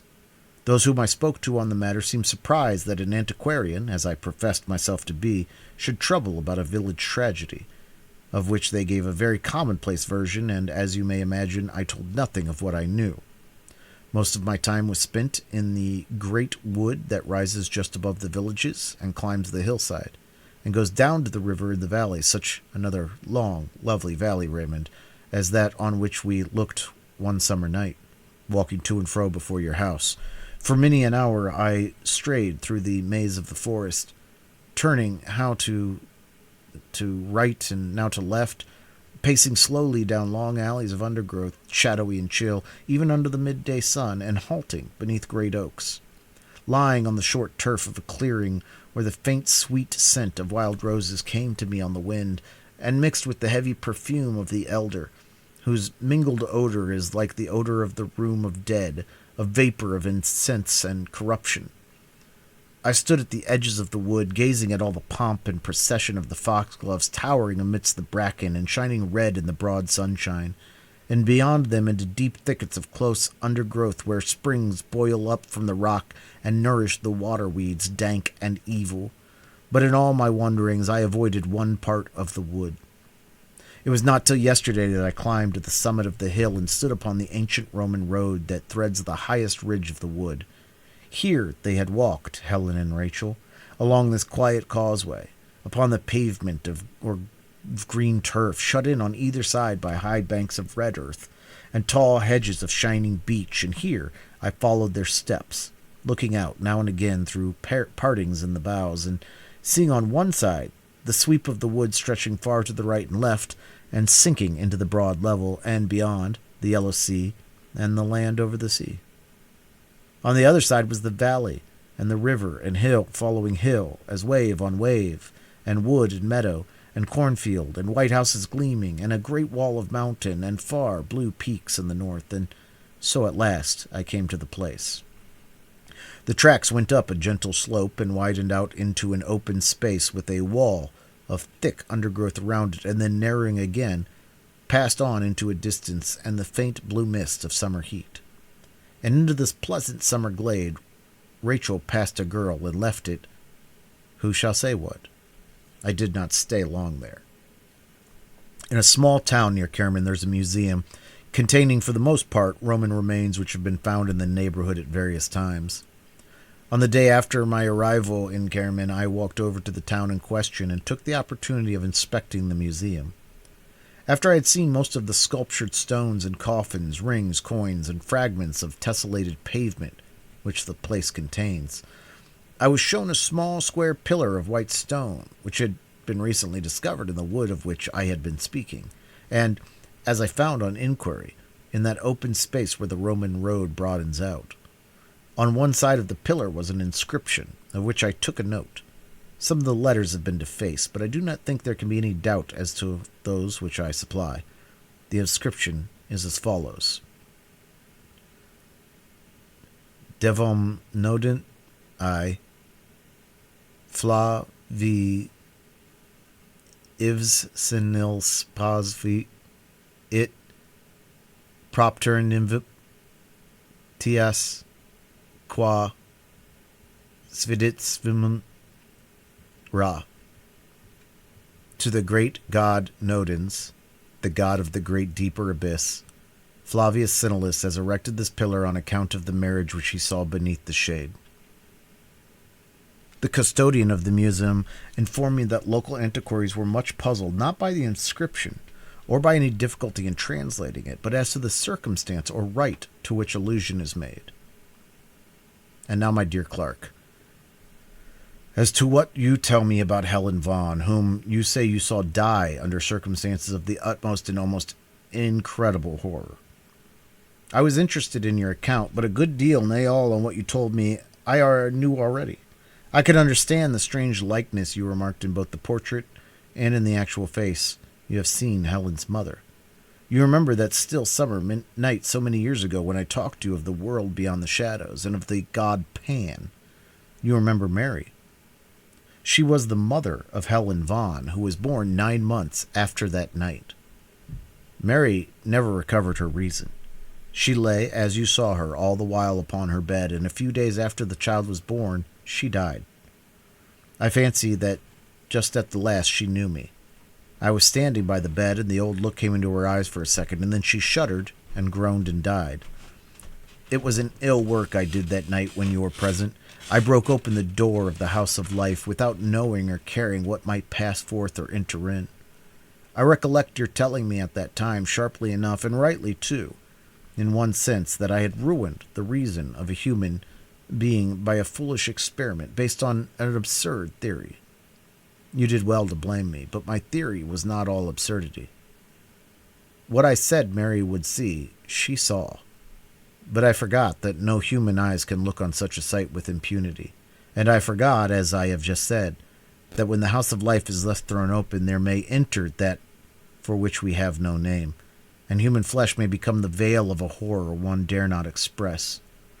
I played with energies which I did not understand. You have seen the ending of it. Helen Vaughan did well to bind the cord about her neck and die, though the death was horrible. The blackened face, the hideous form upon the bed, changing and melting before your eyes from woman to man, from man to beast, and from beast to worse than beast. All the strange horror that you witness surprises me but little. What you say the doctor whom you sent for saw and shuddered at, I noticed long ago. I knew what I had done the moment the child was born, and when it was scarcely 5 years old, I surprised it, not once or twice, but several times, with a playmate. You may guess of what kind.